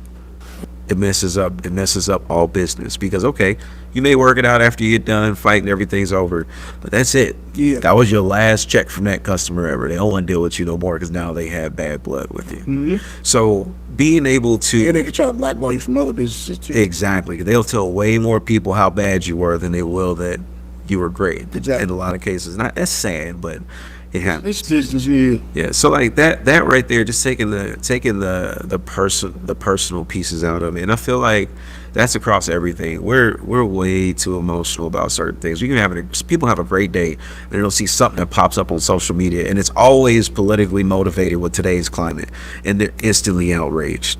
I'm on a man versus gorilla. I hate that. That is insane. I don't even understand why that's such a thing right now. It is everybody's. I'm seeing all these like 3D. What was it? It was 1,000 gorillas versus a million. No, it was 10,000 gorillas versus 1 million men. And the gorillas won. What is? Come on. I'm like, I didn't know that people really. Do you realize the peak, like, strength level of a gorilla a man has to be at to even try? But then now you're talking about, okay, now we got all the alphas of the gorillas that you got. Let's have fun with this. All right. Oh shit. Let's have fun with this. In your mind, who's the manliest man you know? That you can think of? Like manliest man. Not necessarily, he don't gotta be like a big dude or nothing like that. He's just the manliest man. Well, I guess gotta be big. Is this a bare end fight? Man, Yeah. Or do they get any kind of weapons? Nah, Not no guns, but No weapons. The manliest man you know, 100 of them joints. let's say we had to choose them when they were at their prime. That's a problem, for sure. And at the time, they were considered probably the biggest, like the most physically fit person, and like everything was modeled after this guy. 10,000 Arnold Schwarzeneggers against 100 gorillas would still get their ass destroyed. They would break every arm. The gorillas are biting, they are ripping limbs off. Like, you couldn't pay me enough money to go You draft 10 seconds with a gorilla. You draft me into that? Bro, 10 seconds. I wouldn't even, you could tell me that I was going to win $150 million if I just lasted for 10 seconds. What? The moment they open the cage, I'm not even going to be able to dodge them, because the moment I try to get by, if I miss his arms, he's going to grab me with that foot and drag me right back. They can grab 4 limbs. I mean, I don't think people realize they got 4 hands. how difficult this conversation really is. There's no way. It's a dumb conversation. It's very. It's a silly conversation, but like to your point, people were in arms. People were. It's a hot topic. Oh my God. Same thing on. So I guess on TikTok is 100 Americans versus 100 Brits, and that's the 100 versus 100 thing. And I was happy to sit on the videos with that, but it's like you get that conversation and people up in arms. It creates a uproar. Yeah. To your point, like it creates a what the fuck are we talking about? You know what I mean? Like The worst thing that's creating these uproars is politics. Every single time I get a phone call or a text message and somebody is doing this because they instantly become outraged with something, I'm always like, why are you angry? And they're like, why are you so calm? It doesn't affect me. exactly. I If I can control it, I don't worry about it. like, what are we doing? I was like, okay, even if what you're saying has a little bit of like, okay, it's not all the way like a buck, like some of this is kind of bad. How does that instantly affect you and outrage you right here, right now? Yeah. Like when I see people talk about like certain policies and stuff that don't make any sense, and they're like, this is going to destroy everything. I was like, we live in this wonderful place called the United States, right? Where we have states, and your states laws and everything are going to affect you so much more and much faster than anything on a federal level. Absolutely. So if we're prioritizing what we're supposed to be looking at and what's going to affect us and what we should like make a move on right now, you look there, and if you're not happy there, we got like 51 others that you can go ahead and go to. 52. Wait. It's 50. No, didn't we adopt a couple of states? No, wait a minute. I'm about to look this up. Oh, no. Because I thought we adopted something a while back. No. Because I was going to say 49. Hold on. Wait. You can't do that. Don't do that. Don't do that. It's only 50. I've been saying that. Somebody corrected me. Hold on. It's only 50. So you mean 49. Yeah. Oh, wait. That's because, okay, so 52 when you include the District of Columbia and Puerto Rico because they're U.S. territories. Yeah. That makes sense. But I was mistaken. See, yeah, 50. Some people say 52 because you I include didn't want, those. yeah, I didn't want you to. Bro. I was wrong. I was wrong. I don't know why. That's what I'm getting at. But it's like you got all these other places to go. Like, why are we mad? Why are we mad? Why? I agree. It doesn't benefit me to keep my blood pressure up because somebody's telling me to. Because Riley Fry would do that on the tongue. Raise that blood pressure. Shit. You're bringing up everything I have. Oh, I didn't go on a journey, and I didn't really? bro. Listen. I didn't. Hold on. What's the journey? I've been on this fitness journey, bro. I've been like going hard. Like I gave up so much stuff. Really? I gave up soda entirely. I don't drink any soda. Most candy, I might slip like once every blue moon and have like a Reese cup or something. Well, I got a pocket full of strawberries right now. Oh my Pocket full. man, you carry a toothbrush with you? Your teeth?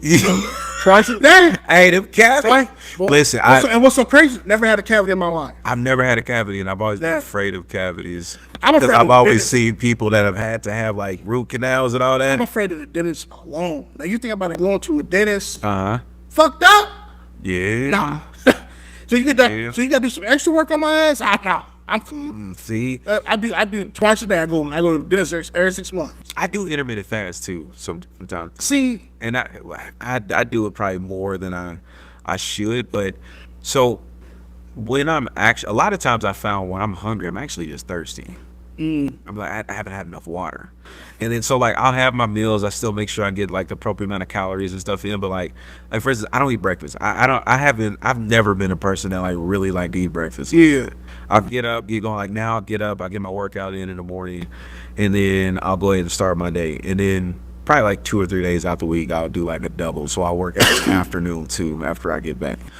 And it's just because, man, I've been, like, people know, like, I went through a lot of like ups and downs. I was bigger and smaller and bigger and smaller, and like I've lost. I want to say I probably lost close to 25, almost 30 since like last holiday, like November. Yeah. So bro, thank you. And it's been one of them things where I look at my children, for instance, and I'm like, I don't want to be that dad that can't do nothing with you when I get older, because daddy to let everything go, and I'm just a slob. My brother, and look, I can tell you this too. So I have a hard time with not necessarily losing weight, but wanting to lose weight. Right? Got a podcast called Bellies and Bullshit. It's in the name. Bellies and Bullshit. You ain't gotta keep your belly to keep bellies and see shit going. And in my mind, I'm thinking I gotta uphold. As long as I do this, I gotta uphold something. I gotta uphold. You got big bellies and little belly. The fit bellies are me, so you gonna have a fit belly. See? Yeah. See? They fit belly. You on something. There you go. Bellies and bullshit. That be Don't my- matter what the that belly be look my- like. But that be my reason, the dumbest reason. Stop it. That is not really the okay. You- Okay, I'm about to say, I know you're not about to say that's the reason you want to keep it. But that'd be the reason for me to tell myself, Yeah. well, you gotta do that. And in my mind, it's like, nigga, if you don't do this, because my brother, like, I was saying, my brother, like, yo, because our daughters are the same. I got a young one, she's 4. My oldest, she just turned 10. And my brother, he got a 10-year-old, and he's like, nigga, do you not want to see these little girls graduate? You not want to see these girls go to prom? You want to see these girls get married? Yeah. Obviously, I don't mean. I know what's gonna happen. You want to still be able to intimidate her boyfriend? Like off what's that movie? Den of Thieves. Oh yeah, I'm on that. Or Man. Bad Boys 2. I'm on that. But he's like, bro, do you not want to see these little girls grow up? You gotta change that shit. Dude, I'm telling you, so I'm one of those people, same thing, man. I started and stopped and started and stopped and started and stopped. And this is probably like, besides like high school and early 20s, this is one of the first times where I've like had the desire and motivation to be like, I'm going to keep this. It's not, hey, I'm on this diet and I'm working out for a little bit so I can get in better shape. No, it's a lifestyle change. Yeah. It's the first time I think in my life where I realized that I wanted my lifestyle to change in a sense, because it just and how you do anything is how you do everything, no matter how small, how big. So that right there was one of the things for me where I remember a trainer said to me one time, you gotta want it, or you being here is pointless. So these were like all the different trainers I went to. And for the first time, I got to a point where I wanted it. Yeah. I said, I'm not going to sit here and be like this no more, because I choose not to. And then it's this whole other set of feelings that came afterwards. Like the way you perceive yourself, the way you move about life, the decisions you make, especially like when it comes to eating. Like I've been out, there's McDonald's right there. I just need something because I'm in a rush. No, I'm good. I just wait. Let me go find this. There's a Qdoba right here. Qdoba got a protein bowl. It's double chicken, black beans, pico de gallo, lettuce, sour cream, that green salsa and guac. That's it. No fillers, no rice, no none of that. Just straight up protein, and you got a little bit of carbs from the vegetables and on it. And it tastes great. But you can eat that right there. You have to eat so much of that to get the calories that you can get out of the other stuff. And so I just started thinking to myself, I want to make better decisions because, like, you don't want to be the guy down there no more that's getting in the swimming pool. You don't want to take your shirt off. You don't want all that stuff. I'm like, you don't want to be that. Like breaking up ATM. Yeah, like why you ain't never at the pool? I'm like getting water.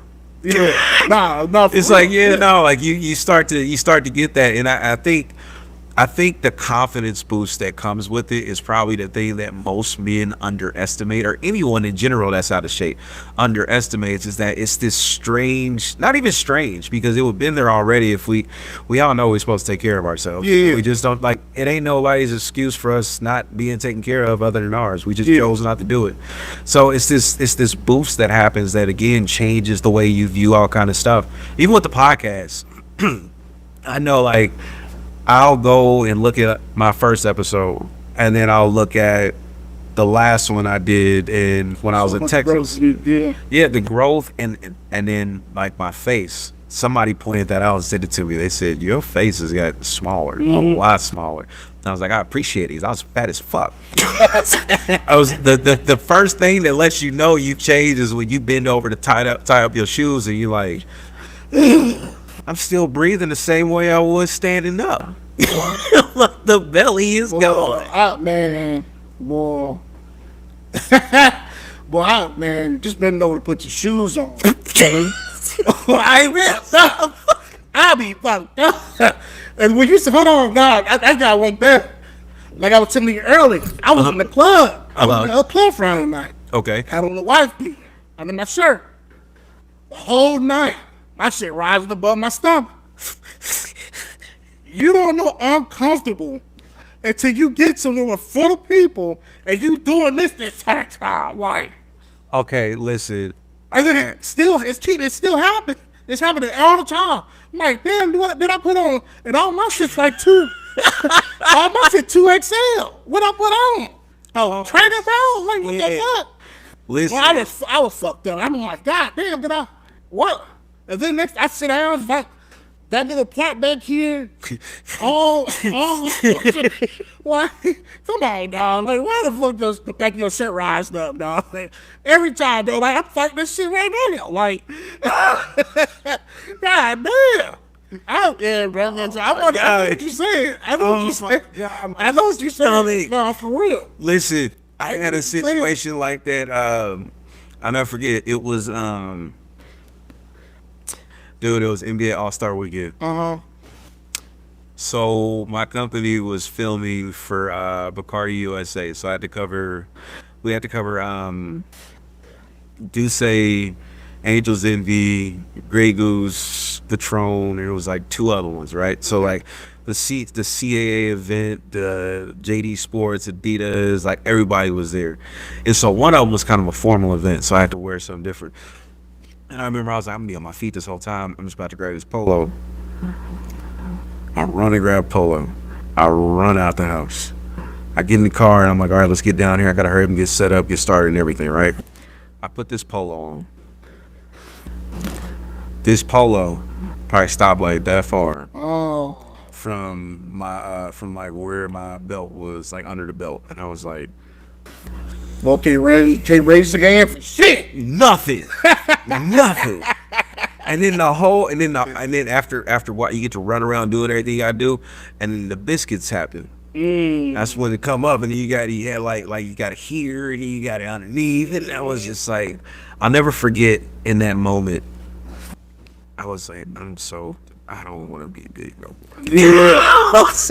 I said, I gotta find a way. I gotta find a way to get my shit together. And it really came down to just wanting it. Really just wanting it. It'd be the most insane scenario that make you like, damn, I can't keep doing this. Or your kid run up and pull your shirt up and little in the baby, you want to smack your belly. My oldest, she be like, you fat. Like, She just flat out say it. She'd be like, "Hey," she'd be like, "You fat?" And I because I would tell her transparency is everything. You gotta just tell the truth. Yeah, but she too true. She like that. She'll look at you up and down. You fat. I be like, well, you ain't supposed to tell nobody that shit. She just like. She only said it to you probably because you heard. She never tell nobody else that shit. Yeah, it's just you heard that. And she is probably one of those things like she doesn't know how to tactfully tell you that Daddy, you need to lose weight. But she know I be fun. She know I'm playful shit. She like, Daddy, you're fat. I know what the fuck you mean by that shit. You know, that small for a reason, motherfucker. My kid hit me with that one time, and I remember I was sitting to myself after he said it, and I was just like. I gotta get some of this weight off. Yeah, I gotta get some of this weight off. If the kids talking about it, because like you said, it just gets back to how much you can. Yes. It's the smallest scenarios that make you gotta do. Mm-hmm. You gotta do it. I mean, it's for me. It's hard because I pay $72 for the gym, and I thought that would make me go. Mm-hmm. Hell no, don't make me go. Bro, I invested in so much equipment to build a home gym. And then that sat there in my basement for like probably 2 years before I finally was just like, you know what? Let's put this together. No, it was already together. Oh. Everything. I just didn't go in it. I just didn't use it. It'll be probably once every blue moon if I got frustrated or something. And I think a lot of that too, it comes down to what you're taught, what you have instilled in you from the very beginning. Yeah. Because you and I kind of talked a little bit about the things we expose our children to as younger kids, and is this going to help them grow the way that we want, or is this going to be something different? Yeah. So for me, one of the things is, like I didn't have that male figure as a child that said, "Hey, you're frustrated, go work out, go do some push-ups, or go run it off, go do this." Men are not supposed to respond this way. We don't get overly emotional right away. That's not our first response. And you notice, and I was one of those. Because people that know me now, they know I was not this level-headed when I was younger. I was not. I was always still one of the most level-headed people out of my friend group, but we grew up bad. So it was like we didn't have the moments where we were like, okay, like say we had a party, fight music. We talked about that. Fight music. We had a party and somebody said, or somebody steps on your shoe. You push them immediately. Why you step on my shoe? Then you up in their face. You trying to fight. These were emotional ass little boys that learned how to react emotionally because we had a lot of feminine examples. We had a lot of women that we were raised by because the dads weren't there to do it. And it made us very emotional men. Yeah. And so learning to not be that, that's one of that's probably the thing that I correct the most when it comes to my two boys is that their sister, of course, they see that and it's like, hey, come on, young ladies don't act like this. Yeah. So I keep it evenly spread around the board. But with my boys, I'm always on that. We don't do this. Yeah. This is not how we act. This is the last resort to anything. You have to be able to manage your own emotions, especially with my middle child. I'm always telling him because he's very empathetic. So he feels quite a bit, and then he's kind of at this spot right now in his life, and I was like, I know this one because boy, I struggle with this hard. He doesn't like when people don't accept and understand his point when he has a valid point that should be understood. Sure. So he gets very frustrated about it. So now he's at the same thing where he sees me, like he wants to work out with me now, so he works out with me, and we're doing it as much as possible, but just enough for him because he's still younger. Yeah. So we do things, and I show him examples of what a man should be, all the way down to when we go places. It's like never the most outspoken person, but always the person that's like, hey, you're there, and when you're needed, or if it's time for you to do something, you know it. So because all of his friends will always talk about he has like the people that'll mess up in class or always getting in trouble by a teacher, this and that. It's not what we do. Yeah. That's all I tell him. It's not what we do. That's outside of our actions. You can't be responsible for somebody else's, just your own. Yeah. And so, because he knows that if I ever get that call, he's doing that. So. Oh, he knows. He knows. I'm gonna go. You gonna take a half day, buddy? Daddy be up there to get you in a little bit. With a smile and everything. With a smile. Hey, you need her. You know what that smile. You know what that face look like. No, absolutely. You know what that means. Yeah. And to the same point, my kids, man, they know I got them wholeheartedly. They know it ain't a single thing I won't sacrifice for them. Yeah. And it's that sacrifice. And again, this goes back to the point of how you do anything is how you do everything. Yeah. Because that same sacrifice that a man will make for those children, he will make the same sacrifice, if not more in some cases, for the woman that he loves. Yeah. If that woman is fulfilling everything that man needs, there's nothing you won't do. Nothing. I'm talking. And we don't ask. We don't ask for a lot. I know. I sound like you was about to say the 3 S's for a second. You want it? Sex, simplicity, and what was the third one? Safety or something? Sex, sandwiches, and sandwich. Oh yeah. That's it. We just want to be loved on. We want to love on you whenever we can. Absolutely. We just want to come home to a meal. Food's done. House. Hey, everything's great. Kids are happy, friendly conversation, and if it conversation, all that, just like support. And then if it does come down to something like, hey, look, we gotta lean this way, you support me in that. Absolutely. You don't fight me in that. That's all we look for. That's all we want, man. Like you said, this is just more because we don't care about the other shit. We bought a house. All right, go ahead. Whatever you want to do in that house, that's your castle. I don't care. I just want to come be able to lay my head down. Exactly. I don't give a fuck about this. Like that's it. We just here to sleep. I'm here to sleep. Yeah, only thing I care about is you good, kids good. Yeah, I'm good. That's it. We so simple, but it's crazy because, like, we were talking about men's roles or men's duty to society. So what would you say our basic duties to society are?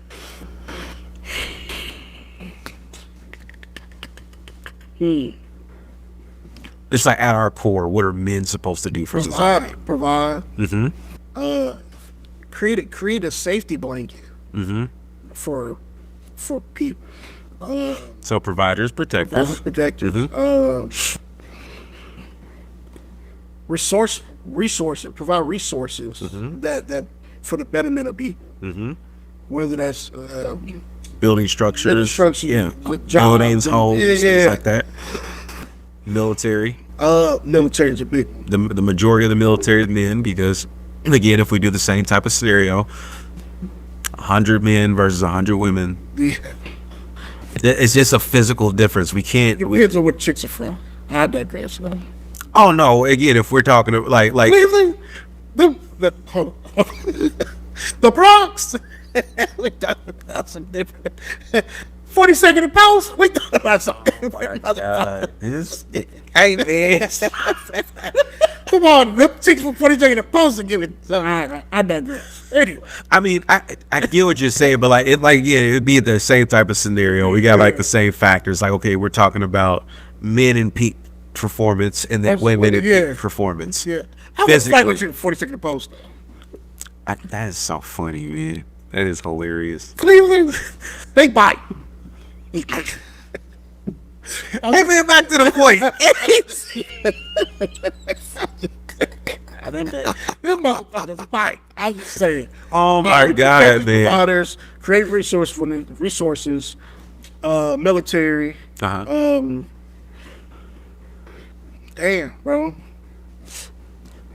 All the men do all the dirty jobs. So you ain't even got to keep going that far. I want you to come up with the same amount of things for women. What are women's duties to society?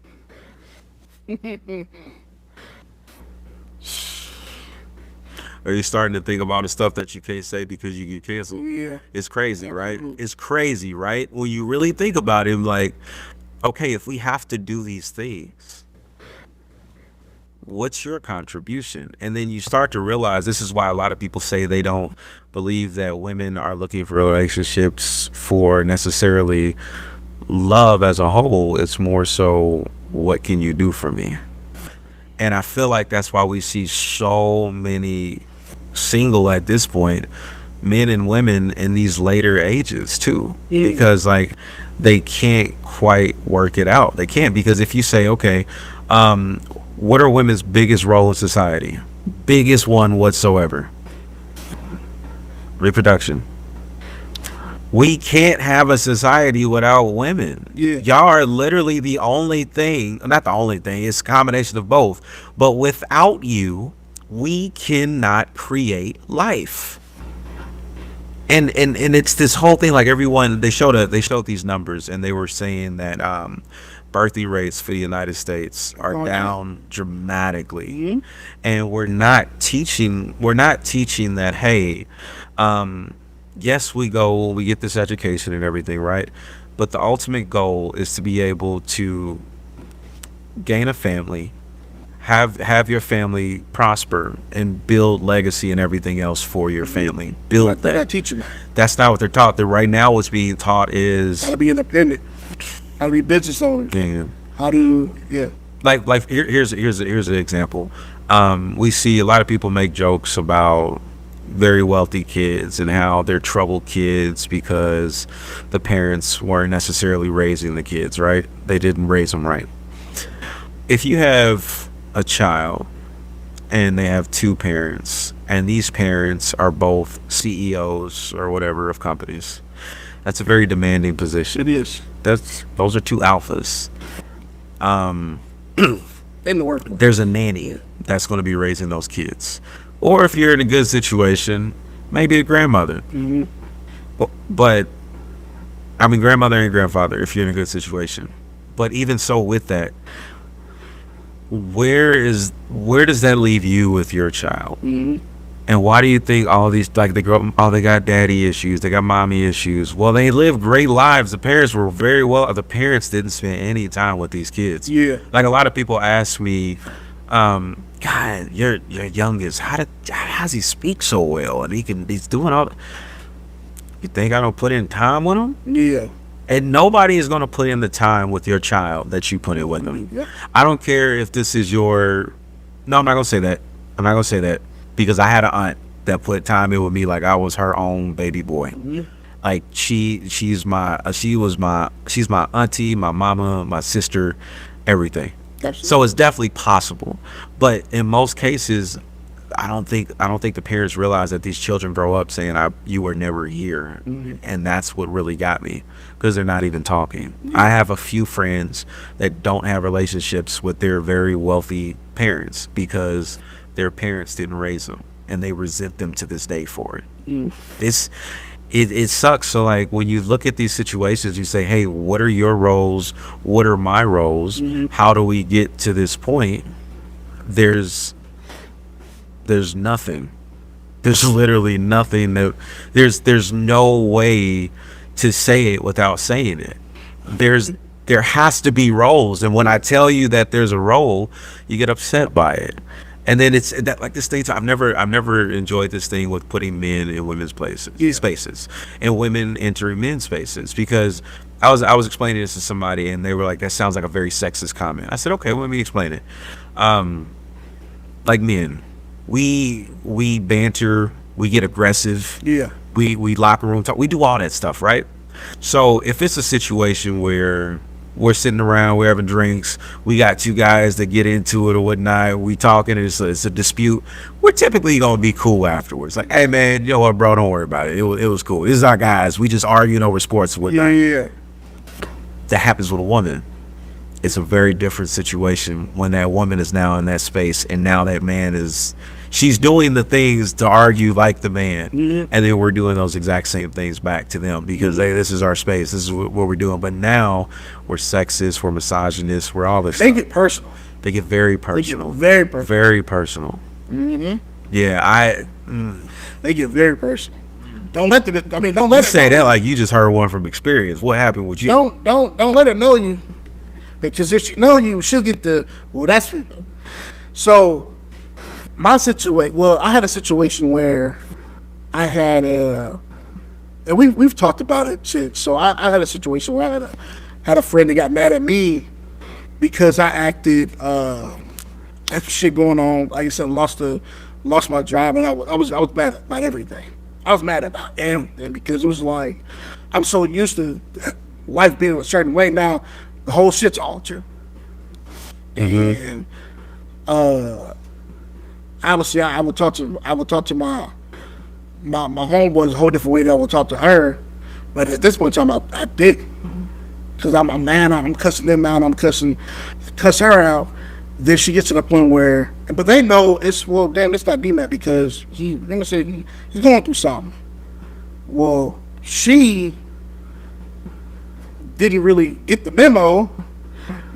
I'm blocked on everything now. She don't want to talk to me no more, and it's you don't understand the severity of what my problem. Mm-hmm. And I'm venting at this point. I'm going off. You took it personal. Mm-hmm. Once you took it personal, you started getting personal about, well, this is why you don't. This is probably why you lost your guy. This is probably this and probably that, and that's why your girl don't like you now, and this and that. And I'm like, God damn, like, all that you got all that for me being upset about me losing my job. Maybe we wasn't supposed to be as cool as I thought we were. You know what I'm saying? Like, I've had a lot of that, man. I've had a lot of situations like that where I was directly connected to a person in a way that I thought was this was everything. Yeah. And this is somebody I could like really keep in my corner all the time. Yeah. And then when those moments peak out, you start realizing that you held on so long to the idea of who this person was, versus accepting the person they've been throwing in your face this whole time, and then they finally have one situation that is ungodly compared to anything else they've done, and then you sit back and you tell yourself, you just revealed the real you to me. Yeah, like I've always said that the thing that I dislike the most when it comes to a relationship, because relationships are different with people. Like I'm not talking just like being with somebody as far as like a boyfriend, girlfriend, husband, wife situation, whatever. Like I'm talking even like friendships or just people you care about. It's always the worst thing for me when I have to now force myself to think about this person in a logical manner and not emotionally with their feelings first like I normally do. Because you realize that when you have to force yourself to look at that person logically, you're now looking at all of that just terrible shit that has always been there, that you've tried so hard to overlook. You don't pay attention to it because you feel like you need this person in the sense. Yeah, because that person makes you better. Comfort at one point in time, and now it's like I try my hardest not to look at this shit. Now it's inevitable. Now that's all I can see. You know, so I definitely get what you're saying. Like, but again, these some of these friendships, a lot of friendships are you just water and dead plants. Just a lot of the time, because the friendships are the things that keep you from going insane. You know what I'm saying? These friendships are the ones that they're the first barrier to everything's good now. Once you talk to these friends, you know what I mean? And once these friendships don't last, it's kind of like, well, maybe it wasn't meant to be. You know what I mean? So, yeah. It's like it's one of those things where it makes you feel like it wasn't meant to be. And then you look back at everything you did. Yeah. You look back at the time you invested. You look back at the support. Like I'm a and not even necessarily just like resources. Like I'm a big supporter. Again, we talked about like the emotional support and being there for somebody. It's like you look at all the time, like people don't understand the value of somebody instilling into you, because that means they're giving you knowledge that you probably wouldn't have gained, if not for a long time, if not at all in life. And with not gaining that knowledge, or without what's the word I'm looking for? I forgot what I was trying to go to. Their knowledge. Oh yes, I'm sorry. Without that, I got a lot going here. Without that knowledge, you'll be in the same spot that you're in. Yeah. I've got a friend. A lot of people they don't even know that me and this guy are like great friends. Man, he done helped me so much in my business. All he do is tell me how to get better. That's all he do. Tell me how to get better. And then he talked to me about his business. He'll even take my input on stuff. And we had two totally different levels as far as business. Yeah. Like he up there, and it's always like, and he's in my friend group. He's one of my closest friends, and I always tell people it's all about instilling into somebody. Yeah. You have to have people that do it, and you have to do it as well. If you're not putting it out, you can't expect to get it back. If you're a nasty, negative person, or let's rephrase that. If you think everybody around you is like, they always got some shit going on, they always upset, they always this, because as they say, they don't like to get their shit together, and I'm always getting everybody else shit together for them. It really ain't everybody else. You just like them. Mm-hmm. You just like them, and that's why you like them. Around you like that. If you find yourself living in it, it's you. That's deep. So you have, like, everybody is a victim of their surroundings at some point. That's why I always tell people, audit your circle. Make sure your circle is always there to push you into greater heights. Audit. I'm telling you, some things in life you got to look at the same way as you look at business. Audit your circle. Yes. Let it be right there, because that's superior right there. I just wait till shit happen for me to audit my shit. Audit your circle. Yeah. Some people paperwork about to be up. I like that a lot. Yeah, dude, I'm telling you, man, because like there are people right now today. Like, I had somebody just send me a message, and this person, it's one of them same things. It's like I'm trying to figure out how much I got to keep dealing with you, because boy, you give me every reason to just let you stay, just let you because it sucks, man. Again, that's that part of like being a good person. Yeah. It's just like, I don't want to see you hurt, but I gotta go right now. Hey, don't get the AIDS, dog. Bro, like, I got friends that I've been out friends with for like 10 plus years, man. We didn't nothing, not even talking no more. Yeah. Just because we grow different places in life. And I think like I'm very happy with uniquely the way my mindset is now. I've changed a lot, and I've got no issues with the fact that I've changed, because I feel like the changes that I've went through have caused me to be able to become a better version of myself for the people that really need that the most. Absolutely. So I always tell people, you got to kill sometimes. You do. Unfortunately, sometimes you're a murderer, and that means killing who you were in order for the person that's here now to survive. That's deep. Because if you've done something to hurt before, like if you've been hurt before by something and it's like, oh, it's gonna happen again, that means whatever version this is of you, it's now got to change, because that change has now have to be separated from that person. So now you don't attract that type of stuff no more. It's like you want to be what you want to attract, period.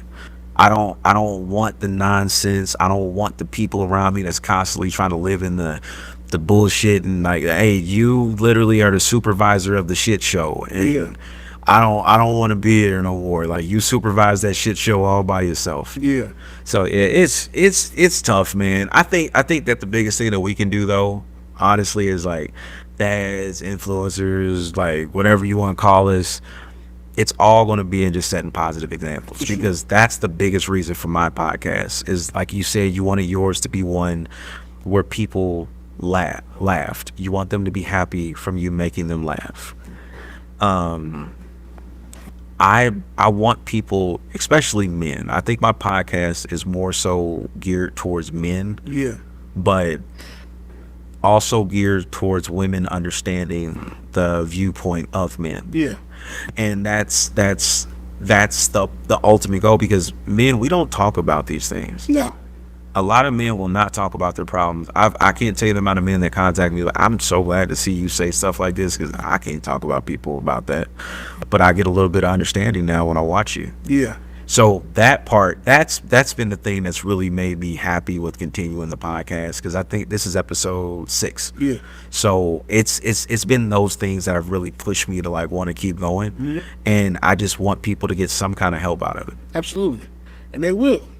Yeah, I remember, listen, we can be transparent. Before we started, you was talking about not wanting to do anything. Yeah. And I was... You brought it up. Because we gonna talk about it. Yeah. A lot of, when it comes to podcasting, bro, you being open. Yeah. Saying, you... Think of it like this. You being able to change one person's mindset based off of what you said, is all the more reason to keep doing this shit. Yeah. Literally. Yeah. You being able to change one man, female, kid viewpoint on, let's say, because you just said your podcast is geared towards men, your opinion can change the woman's perspective of how men think. Exactly. And that could, all you need is one.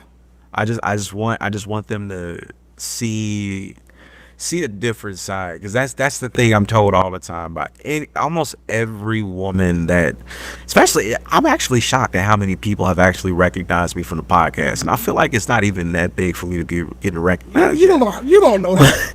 But I've had women that have approached me and say, "You different. You different.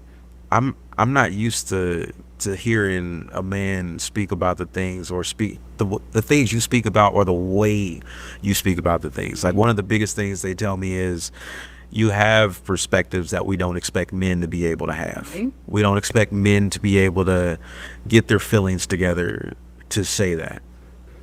And I'm like, I understand that, because it wasn't me. Like, I'll say 2 years ago, this was not me. This was not me 2 years ago. I went through a lot in the last 2 years that helped me to change, and a lot of some of the changes now, it wasn't changes I wanted to make, but it was changes that were necessary because I had to become somebody different. So, yeah, man, it's a joy to be able to hear your podcast change my perspective. I appreciate We that. all the time we get people, "Oh my God, you're so funny. I love listening to you, and the way you talk, and the way you just explain things, and just the way, boy, I'll be cracking up on the way to work. You know, I'll be, yo, my man, you having me dying." Bro, we get that a lot, and people will be like, "Yo, you that dude from Bellies and Bullsht?" Yeah, bro, you funny as hell, bro. I love it. It's for something like this to be, for the podcast to be something I just do. Mm-hmm. And I can make people laugh like that. Yeah. Bro, that's all out. But that's all I give a fuck about, bro. Yeah. That's all the more reason to keep doing this shit. Mm-hmm. It's a slow grind. I mean, unless you got the stardom, the resources, or for this shit to just. That's why a lot of these podcasts with like movie stars and sports people, and why they should blow up, because they already got a foul. Exactly. They already got people that. A lot of people want to hear these basketball stories. Mm-hmm. A lot of people want to hear these movie, these behind the scenes stories. Yeah. And shit like that. You know what I mean? And then social media plays a big part of that shit. Mm-hmm. All you need is one click, boom. Yeah. And it can take you off. But it's a slow grind. It's definitely, like I said, we'll be doing a podcast for 4 years now. Obviously, we're not where we want to be, but we are for sure way further than we were day one. Yeah. And that's enough for me. That's right. enough for me to be like, okay. Yeah. For my block party to go from 300 to 1,000 in 2 years, that's more than enough. Yeah, I mean, That's dope. It's just keep going, man. Keep going. Bro, we gonna make sure that shit We're gonna make sure this shit get where you. Hey man, I appreciate it, and I definitely, hey, I can't wait for my day on Bellies. Oh, We gonna have a good time. We gonna have a good time. And don't give me drinking. Hey. Oh yeah, we drink it. I meant to have something today, but I forgot. See, I'm not a hard drinker. Okay. I don't drink nor smoke. Okay. But I'll drink me up to making me happy. you give me 4 of those, I'll be twerking on headlights on my mama. Hey man, if I ever see you twerking on headlights, I promise. You give me 4 Jamaican me happy. I'm a leg sweep you right off the car. Right off the car. Don't give me 4 Jamaican me happy. Shit, we can start now 3. Bro, I'm contemplating 4. Shit. Oh man. My man, they be giving me little shots of man. Mm-hmm. They be giving me little shots of Henny. I be like, man, you better take this motor oil back. What the fuck? What you trying to do? See, I'm simple, man. Like my drink of choice. My drink of choice is Johnny Walker Black Label. See, that's my drink. Give me a lemon drop. No ice, no nothing. Just neat, straight in the glass. Let me sip it. Hey, that's it. That's give my me drink a of lemon choice. drop. I'm trying. That's crazy. A lemon drop. Bro, I gotta have something fruity. I gotta have something fruity, bro. Man, I gotta every place taste there's so much sugar and everything. Yeah, I can't do it. That's another thing too. But after you cut it out, man, it tastes so weird when you taste it. Oh my god! Like I'm not saying all of it's been cut out, but like 90% of it. Yeah. I got. It's just ooh. That's what I heard, bro. Like I tasted. Like my daughter had this Mountain Dew she wanted me to taste. So I took a straw and just like took a dip, and I was like, don't taste it, don't hit. I was like, this is so. Oh. I was like, I'd rather drink a Pepsi Zero or Pepsi Max or whatever. Like that was terrible. But you don't drink pop at all. Nothing, none of it. I drink. I try to stick with mainly all water. I'll have maybe a little juice here and there. Water. You don't need that. Not even sparkling water. I'll do the San Pellegrino. I'll get their sparkling water, the mineral water sometimes, but I'll just buy like spring water.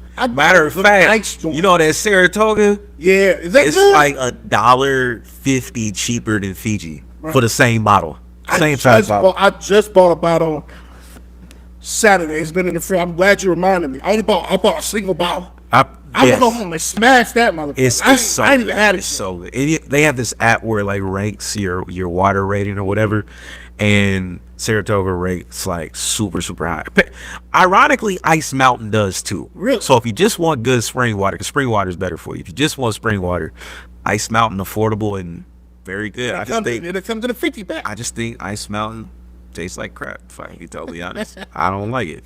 But Saratoga is also made here too. It's made in Pennsylvania. Is it really? Yep. It comes right from a spring in Pennsylvania.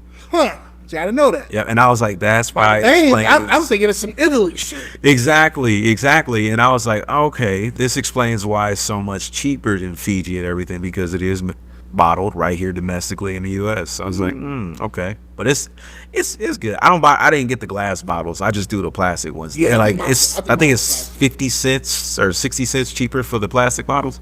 I think I paid like 180 cents. Yep. Kroger. Yep. Yeah. I be going to what is it? Meyer always got. Oh yeah. I cleared them out one week. What? Shit. Stop it. Money. Meyer just like everything. I always tell people, bro, if you grocery shop at Target, bro, you gotta be in the top 10%. Listen, Ain't no way. I'm gonna agree with you right there. Target is so expensive on that grocery. I still haven't. Well, I still haven't spent money at Target since so BI shit happened too. It's hard not to though. They got some good ass kids clothes.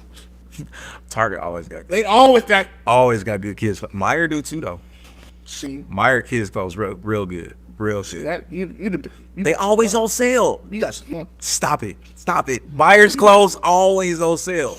They always like 50 to 60% off because they grow so quick. I'm like, yep, let me go ahead and grab a couple of these in my outfit. That Cat Jackson from Target, boy, that Or Costco. It's just That's this come on, ad come talk right here. see, I ain't Bro, it's $50. That's it for the year. for What Costco? Yeah. Shit. Gas savings alone. You get gas from Costco? Yeah, you get gas from Costco. And it's the cheapest price. It's always cheaper than the gas station. Oh my god, hold on. She's gonna freak out. Hold on. What? Hold on. Hey, I'm doing a podcast. Stop. I'm doing a podcast.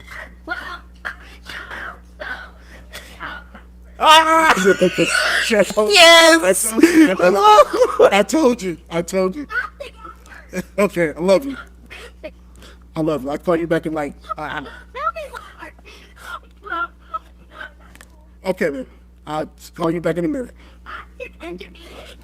Okay, I love you. I'm telling you, she does that with me. When I'm recording, bro, she knows exactly what I'm recording. She does it. It's like clockwork. When I don't answer, if I didn't answer that phone, bro. It would have been over. Literally, like, I'm sitting there sending these messages back because this one right here keep messaging. I'm like, when I'm done, I'll respond. She would have been on, bro. I would have had like 3-4 missed calls, text messages. She would have been on me. She just got out of school, so. Oh yeah. She would have been. Oh yeah. She would have got on my ass, and that's one of the ones. Like, I'm sorry, I think. No, I've answered my phone to the podcast. Okay. Like, some of the phone calls, it's like, no, I'm not. Yeah, like that at all. We dads, all right? We get it. We have phone calls. Hey, y'all, I could be on stage. Excuse me. Nah, for real. Yo, daddy else, look. As you see. So everybody out here. As you see, like, if she didn't give a fuck what I was doing, and on the podcast, she know I'm not recording live, but she see I'm on a podcast, man, I don't care, man. You gonna listen to me? I gotta take a test tomorrow. Right. She gonna let me know. But yeah, that was my oldest, man. She gonna definitely make me hear it for sure. See, that's what I'm talking about. This is awesome. This has been a very good podcast. I feel like everyone has been getting better than the last, and I think it's more so because I'm connecting more with people that are actually wanting genuine connection. Absolutely. Because I feel like our conversation this whole time has been a really good one. That's why on yours, like, man, I already know it's just gonna be elevated even more. We gonna turn up. Oh yeah. I can't wait for you to come on, man. Once we talk about it, wait, man, we gonna make sure we have a good ass conversation. Yeah. We're gonna be on some bullshit though.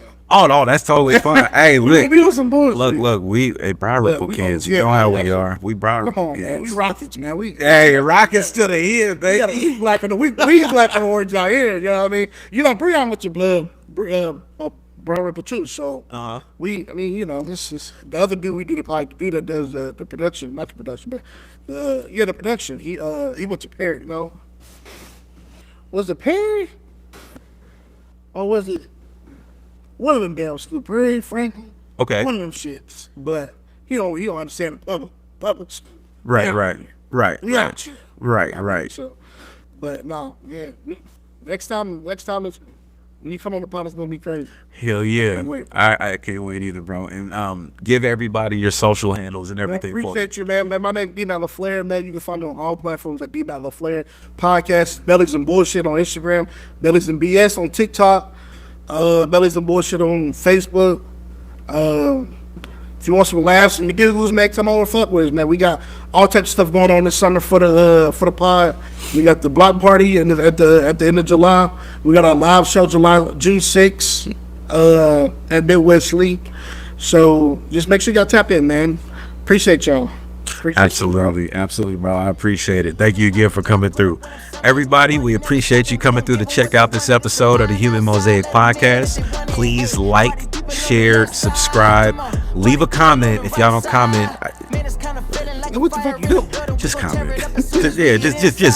Just comment. Just like, share, comment, subscribe. I need the support. I appreciate you as always for tuning in. I'll catch you next time.